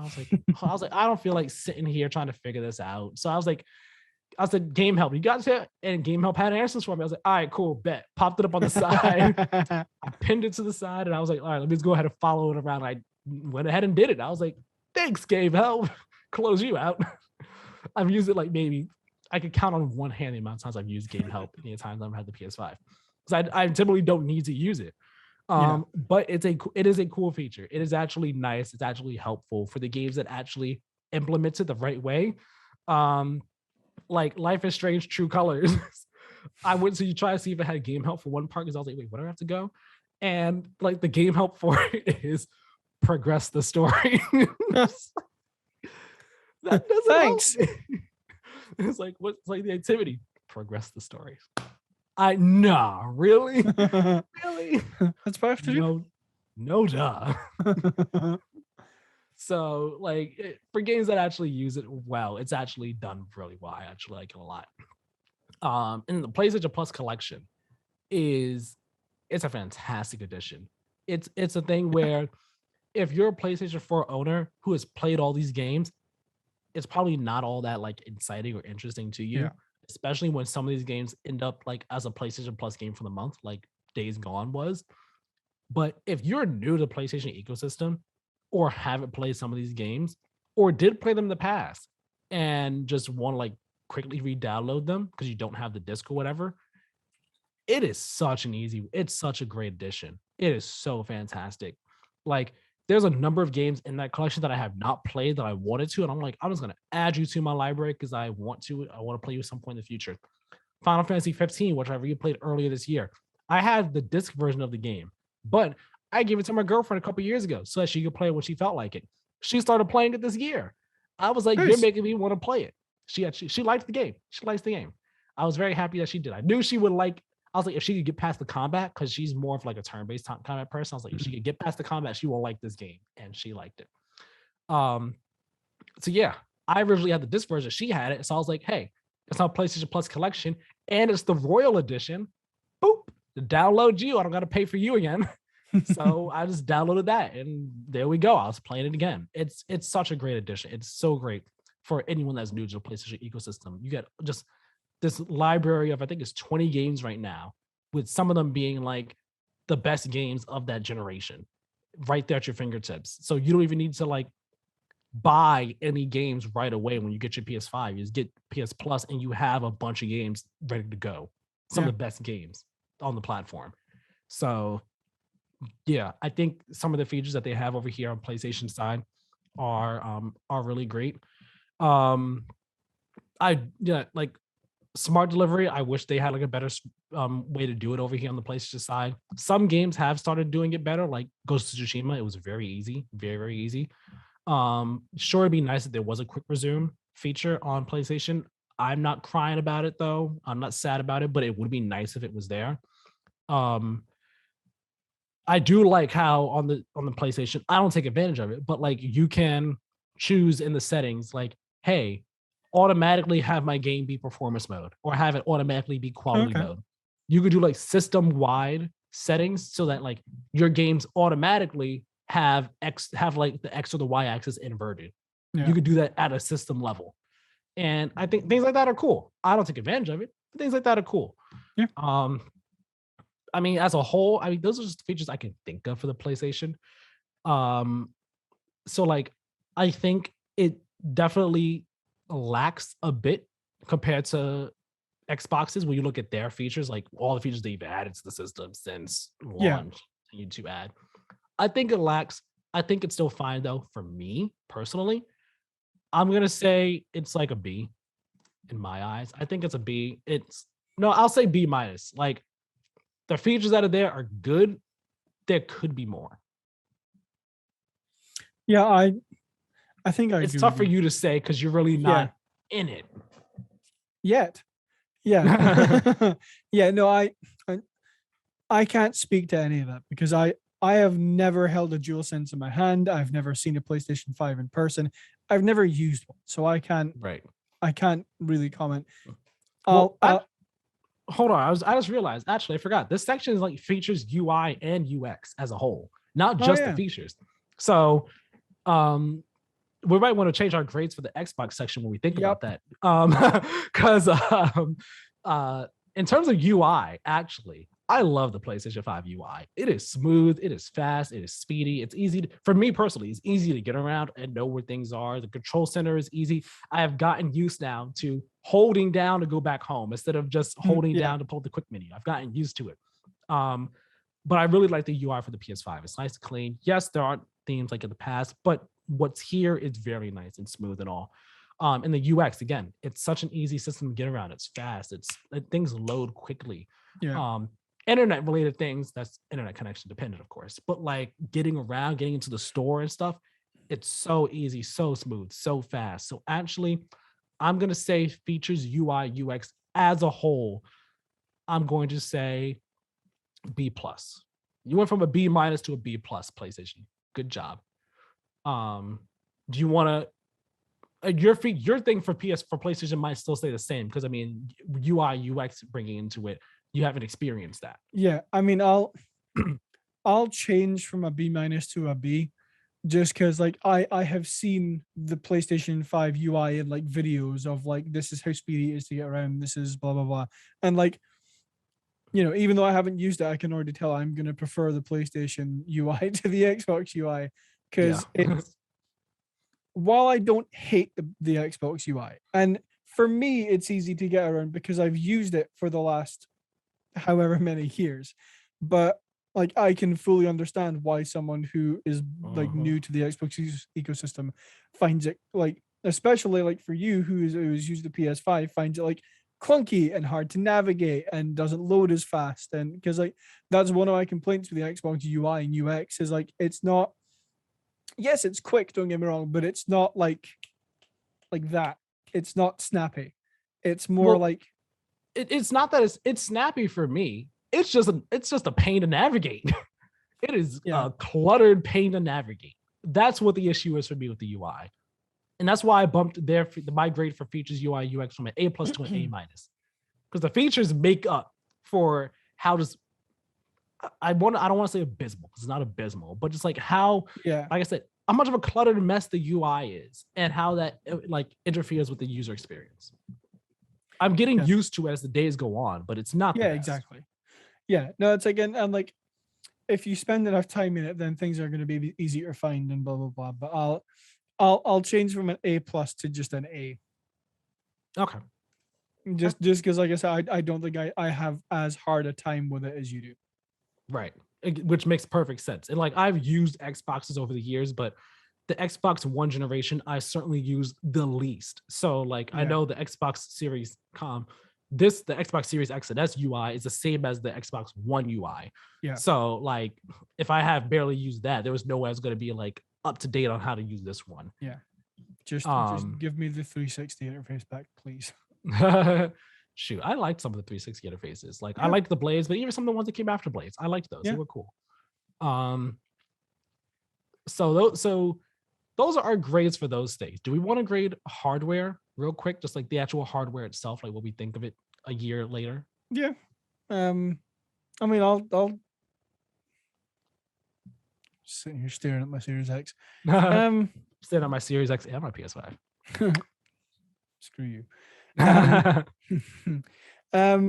I'll say an A-. Like, well, hang on, are we saying like looks or performance or both? Looks, because I mean performance, I guess if you want to throw performance in there, sure, but I'm thinking of it strictly like looks. Just by looks, actually just by looks, I'll say an A. Like I really like the look of my Series X. Like it blends in, it's not too big, it's not too small, it feels nice to the hand. I really like the like green fan bit on the top. It's like a bit of an optical illusion. Say an A. Yeah. What'd you say? A. Oh, A. Got it. Sorry, I thought you said something else. Like you were about to go into something else. No, yeah, I like the Series X. The look of the console. I have it laying down on its side, since that's how it fits here on my TV stand. But I like the look of it. I was surprised. Like I knew everyone said it was heavy, but like when I picked it up, I was like, "Ooh, he was a small boy, but you beefy." Yeah, it's He was a dense. small, beefy boy. But yeah, I like the look of it. And the look of it is nice. The hardware itself, in terms of like function, it functions really well and stuff. I like it. This is gonna be really boring, honestly. I think they're both A's, in my opinion. I'm just gonna say it right now. I think the Xbox is an A in terms of hardware. I think the PlayStation is an A in terms of hardware. I know the PlayStation is more divisive in terms of looks and size, because where Xbox, it's a black box. Yeah. That's it. Whereas the PlayStation has a different design and look to it. It's really tall and everything. So I get why it's divisive, but I actually really like the look of the PlayStation. And again, hardware, hardware is really good. It's fast and everything. I forgot the Xbox also super quiet. Yeah. Surprisingly quiet. But yeah, I've liked the hardware for both of these. Honestly, I think they're both A's in my opinion. Yeah. You said Xbox is an A for you. Yeah. So Xbox is an A. I'm gonna give PlayStation an A minus, just because I really like the look of the digital edition. I really like the look of it.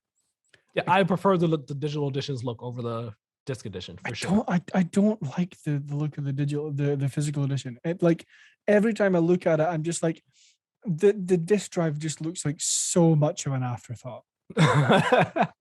I understand. I agree with you. It just looks like the digital edition was their first look, and they're like, oh wait, right. Throw the extra disc thing in there. Yeah. Like I'm sure if they had a bit more time for R&D, they could have found a way to put the disc drive in the middle. Yeah, probably. Yeah. So okay, these are our final scores. Yeah. I think we've kind of covered what our thoughts are you on in that whole section and what still needs to be improved. Yeah, we've kind of done all of it as like we went through these. Yeah. Maybe not the last one though. A general idea of looking at what they have learned up until now or implemented up until now. Do we have any top level thoughts about what we can expect from the PS7 and the Xbox? Insert random weird name here. We just skipped PlayStation 6. Wow. Oh yeah. Yeah. No, I don't have any thoughts. I think it's still very early to say. Yeah. We're only a year into the generation.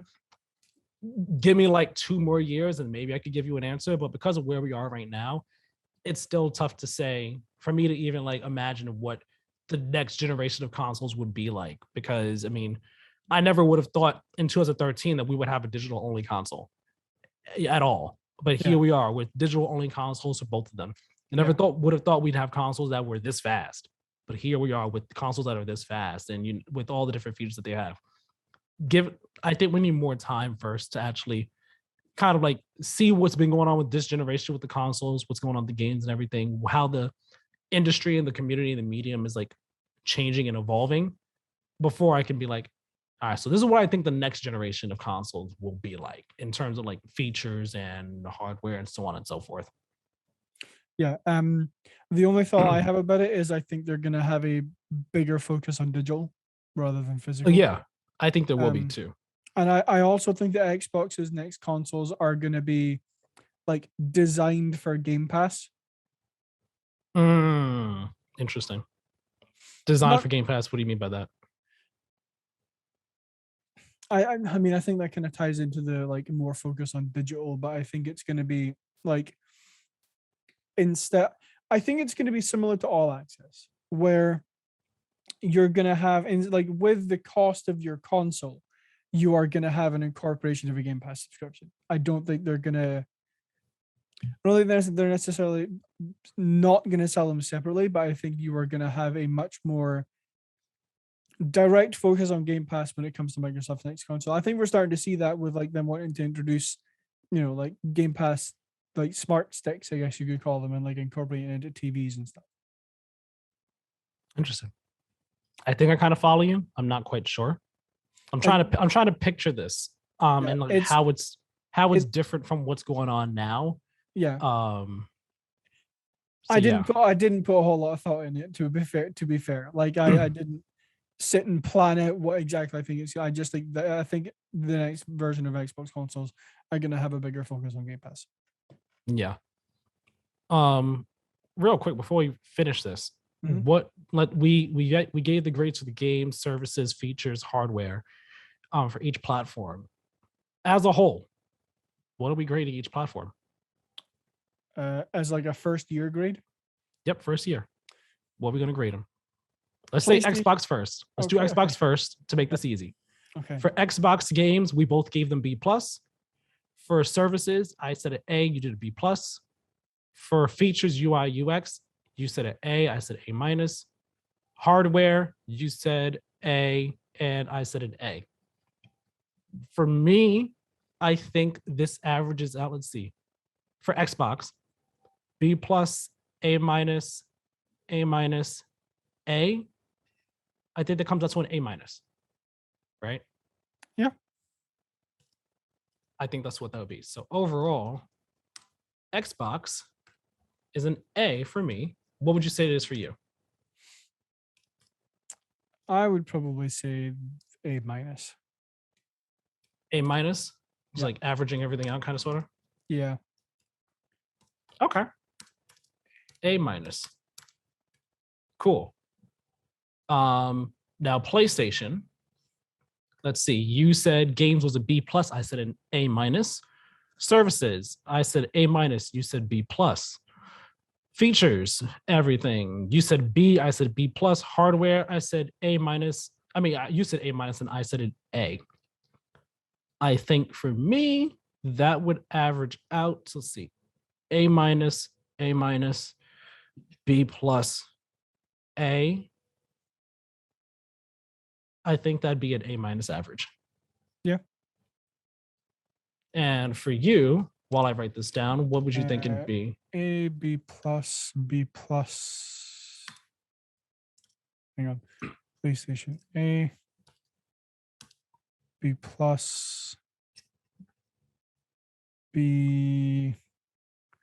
I'll say an A- as well. Just A-. Yeah, I think A-. Yeah.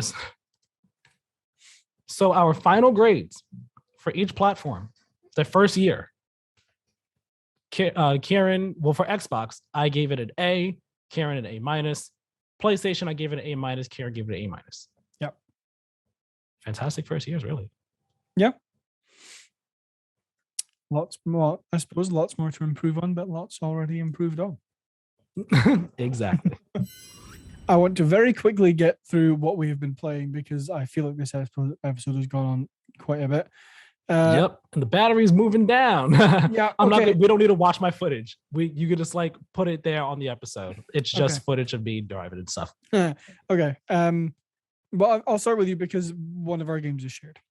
Yeah, the only game you have is the other game I play, which we'll get to very quickly. I play a bit more Final Fantasy 13. I'm on Grand Pulse. I'm in the section of the game where everyone says it opens up now, and it kind of does. Like this, you're on Grand Pulse, you can run around and do a bunch of hunts and stuff. But that's why I didn't do too much of it. Other than that, I've played Forza Horizon 5, and so has Keiran. So I've played it for about maybe like 3.5, 4 hours or so. Keiran, I'm not sure how much you played. I think maybe like an hour and a half, 2 hours max. Got it. Okay. Just for context, if you're an audio listener, and Keiran, just for context for you to have right now, Keiran will put this up during the video for the video version, but the footage I have, it's me doing one of the adventures in the game, in the adventures that they have in Forza Horizon 5. This is kind of how you unlock, at least where I am in the game, this is how you unlock the different types of races that they have. So like the dirt races, the off-road, the street races, the road races. You do an adventure with one of the characters that kind of has you like go into a certain area in the map. You do a little task there, you find some stuff, and then you do another thing, and then you unlock that type of racing for that section of the world. So the video footage, it's me doing the adventure to unlock, I believe it's off-road or cross-country, one of the two. Okay. This one kind of takes you up to the volcano. You do some stuff up there, and then you drive on back down. It's cool. Yeah. No, I'm really enjoying it. I'm not reviewing it, and I haven't played it enough to score it, but like I can see why it's getting tense. It's Forza Horizon 4 just upgraded significantly. Maybe not significantly, but like a lot of the stuff is similar to Forza Horizon 4. I like it's not changed much, which I don't think is a bad thing. Like if it ain't broke, don't fix it. But there's a lot more progression in this game than there was in Forza Horizon 4, because Forza Horizon 4 was basically okay, do like earn these like this amount of points, and then you unlock a new set of races for each of the different types, and then that's kind of it. And then obviously you could buy and sell cars. This one, you unlock different like areas, you unlock new types of races. I really, really like the like car collection bit. They didn't have that in Forza Horizon 4, where like it'll be like collect 23 more Chevrolets and it'll give you like a prize. They didn't have that in Forza Horizon 4. I really like that, and I think that's going to keep people playing longer. I see. I might have like seen that menu or section. I'm not sure. Probably have, and I just like don't remember it all. It's basically like it's a list of all the car manufacturers. It's like all blue, and it'll have like cars. Okay. Yeah, I did see that. When I was like kind of like looking around the menu, trying to like get my bearings with stuff and everything. No, yeah, this is my first Forza game, period. Forza Horizon game as well. And I am enjoying it. I don't really play racing games too often. I'm not going to review this, by the way. I know I said it was off and on. I'm not reviewing this game. I'm not going to. Like I said, this week was filled with ups and downs, more downs than ups, and I was just like, nope, not doing it. Not going to be in the mindset to review this at all. I just want to play this and just enjoy myself. So, and also once I got into the game, I was like, yeah, nah. I don't, like I said, I don't really play too many racing games, but I do like them. And I was like, I'm not really equipped to review this at all in any way, shape, or form. That being said, I am enjoying it. The last racing game I played was Need for Speed Heat. Before that, it was Need for Speed 2016 or 2015, whichever the reboot was that came out. With the real life real life cutscenes and stuff. And it's taking me a bit to get used to like the handling of the game, like how this game handles its car driving physics and stuff. But I am really enjoying it a lot. The world is so beautiful, and I like that. Absolutely. After you do like the intro, right, and once you get your first car, I think there's like maybe 1 or 2 mandatory races you have to do, but after that it's like, okay, this is the next thing for you to do, but you don't have to do it. You can really just like go drive off and do your own thing. I didn't do that. I kind of like continue just going down the linear path, and then I hit the title screen. I'm like, all right, cool, got the title screen. Now I'll still try and go down like the path of opening up, doing each of the adventures to unlock each of the different type of races. But I've also like, let me just like drive inside the map. And I was like, hopped in the red Corvette. Not red, the orange Corvette you could choose at the start of the game. I made mine red. And I was like, I'm just gonna drive to that side of the back. Because again, it's wanted to drive, but also get more experience with the physics and just see the world and everything. And this game is gorgeous. It is gorgeous. It's beautiful. A tad overwhelming for me, at least, like learning all the different aspects of Forza Horizon in terms of this menu and progression and stuff like that. For people who are used to it, probably not overwhelming at all. I will say though, one thing, I was a tad disappointed that like the sandstorm doesn't actually affect your driving. Like when you're in it, it's just like and it's this color. It's just like a visual filter. It doesn't actually make driving it harder unless you like maybe visibility, but like even then, it's not that difficult to drive in it at all. Which was a bit of a disappointment because like when you're driving in the water, you drive through water like, hey, that your driving is affected. You're driving in mud or wet ground, like the driving is affected. So I thought it would have had a bit of an effect driving in the sandstorm. It didn't. I've only been in a sandstorm twice, and that was for 2 missions. But there are like other ones where I imagine I'll be in like a sandstorm in some capacity. But no, I'm enjoying it. It's fun. I'll probably have more thoughts on it next time when we have the podcast, next time we're on and everything. I just didn't get too much time to play with it this week. I wanted to play some last night. after I got back home. But after I got back home from seeing Eternals, I was like, I'm beat. Nah, I'm not playing anything. I'm just gonna relax this last hour of the night. So it's good. I'm enjoying it as a new Forza Horizon player. Yeah. Oh, I forgot one thing though. One issue I have with this game, it commits the cardinal sin that I hate for many games to do these days, is I got the physical version of the game, right? Because I prefer to get physical versions of games. I hate though, and Call of Duty has done this recently. The physical version, the disc has basically nothing on it, and you have to download the entire game anyway. Popped that disc in, and it only had 12 gigs of the game on it. Never mind the fact that it took 12 hours to install off the disc. It was also downloading at the same time, but like 12 hours to install that 12 gigs and then download everything else too. Download speed, this is its own thing, but still, the install, what the heck? Like, had I known it was only 12 gigs on the disc, I would have just downloaded off Game Pass and not bought the physical version. Yeah. I hate when games do that. I hate it so much. I buy the physical version so I don't have to download everything. If I have to download everything, I might as well just get the digital version and call it a day. Would have saved me $60. So now I'm not sure if I'm going to get the physical version of Halo Infinite, because I don't know if Halo Infinite is going to be like that too. Yeah. And I wanted to get the physical version of Halo Infinite.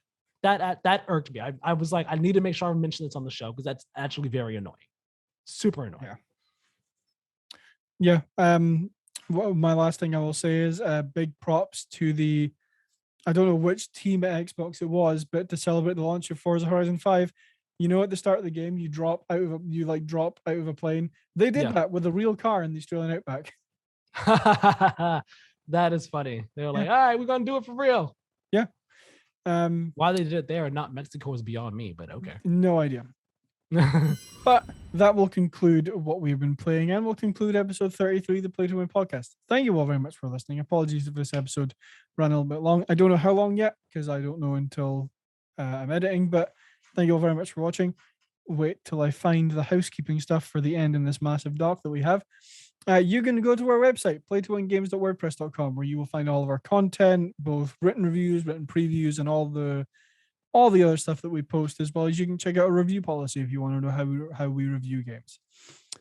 You can also go and follow us on Twitter and Instagram at PlayToWinGame, where you'll get updates on the show. We post random stuff, blah, blah, blah. Get them facts. Yeah. Reminder to subscribe on YouTube and turn on notifications so that you know when new videos go live. You'll be the first people in the world to watch them, and they're good. Tyler, where can people find you? Follow me over on Twitter at TylerMiller2496. Talk with me, chat with me, follow me, all that good stuff. I'm happy to talk with anyone. You can follow me on Twitter and Instagram at Badlynet, BADLYNET, all one word, where I will post random stuff at some point. Thank you all very much for watching, and we will see you all next week. Have a great one, guys.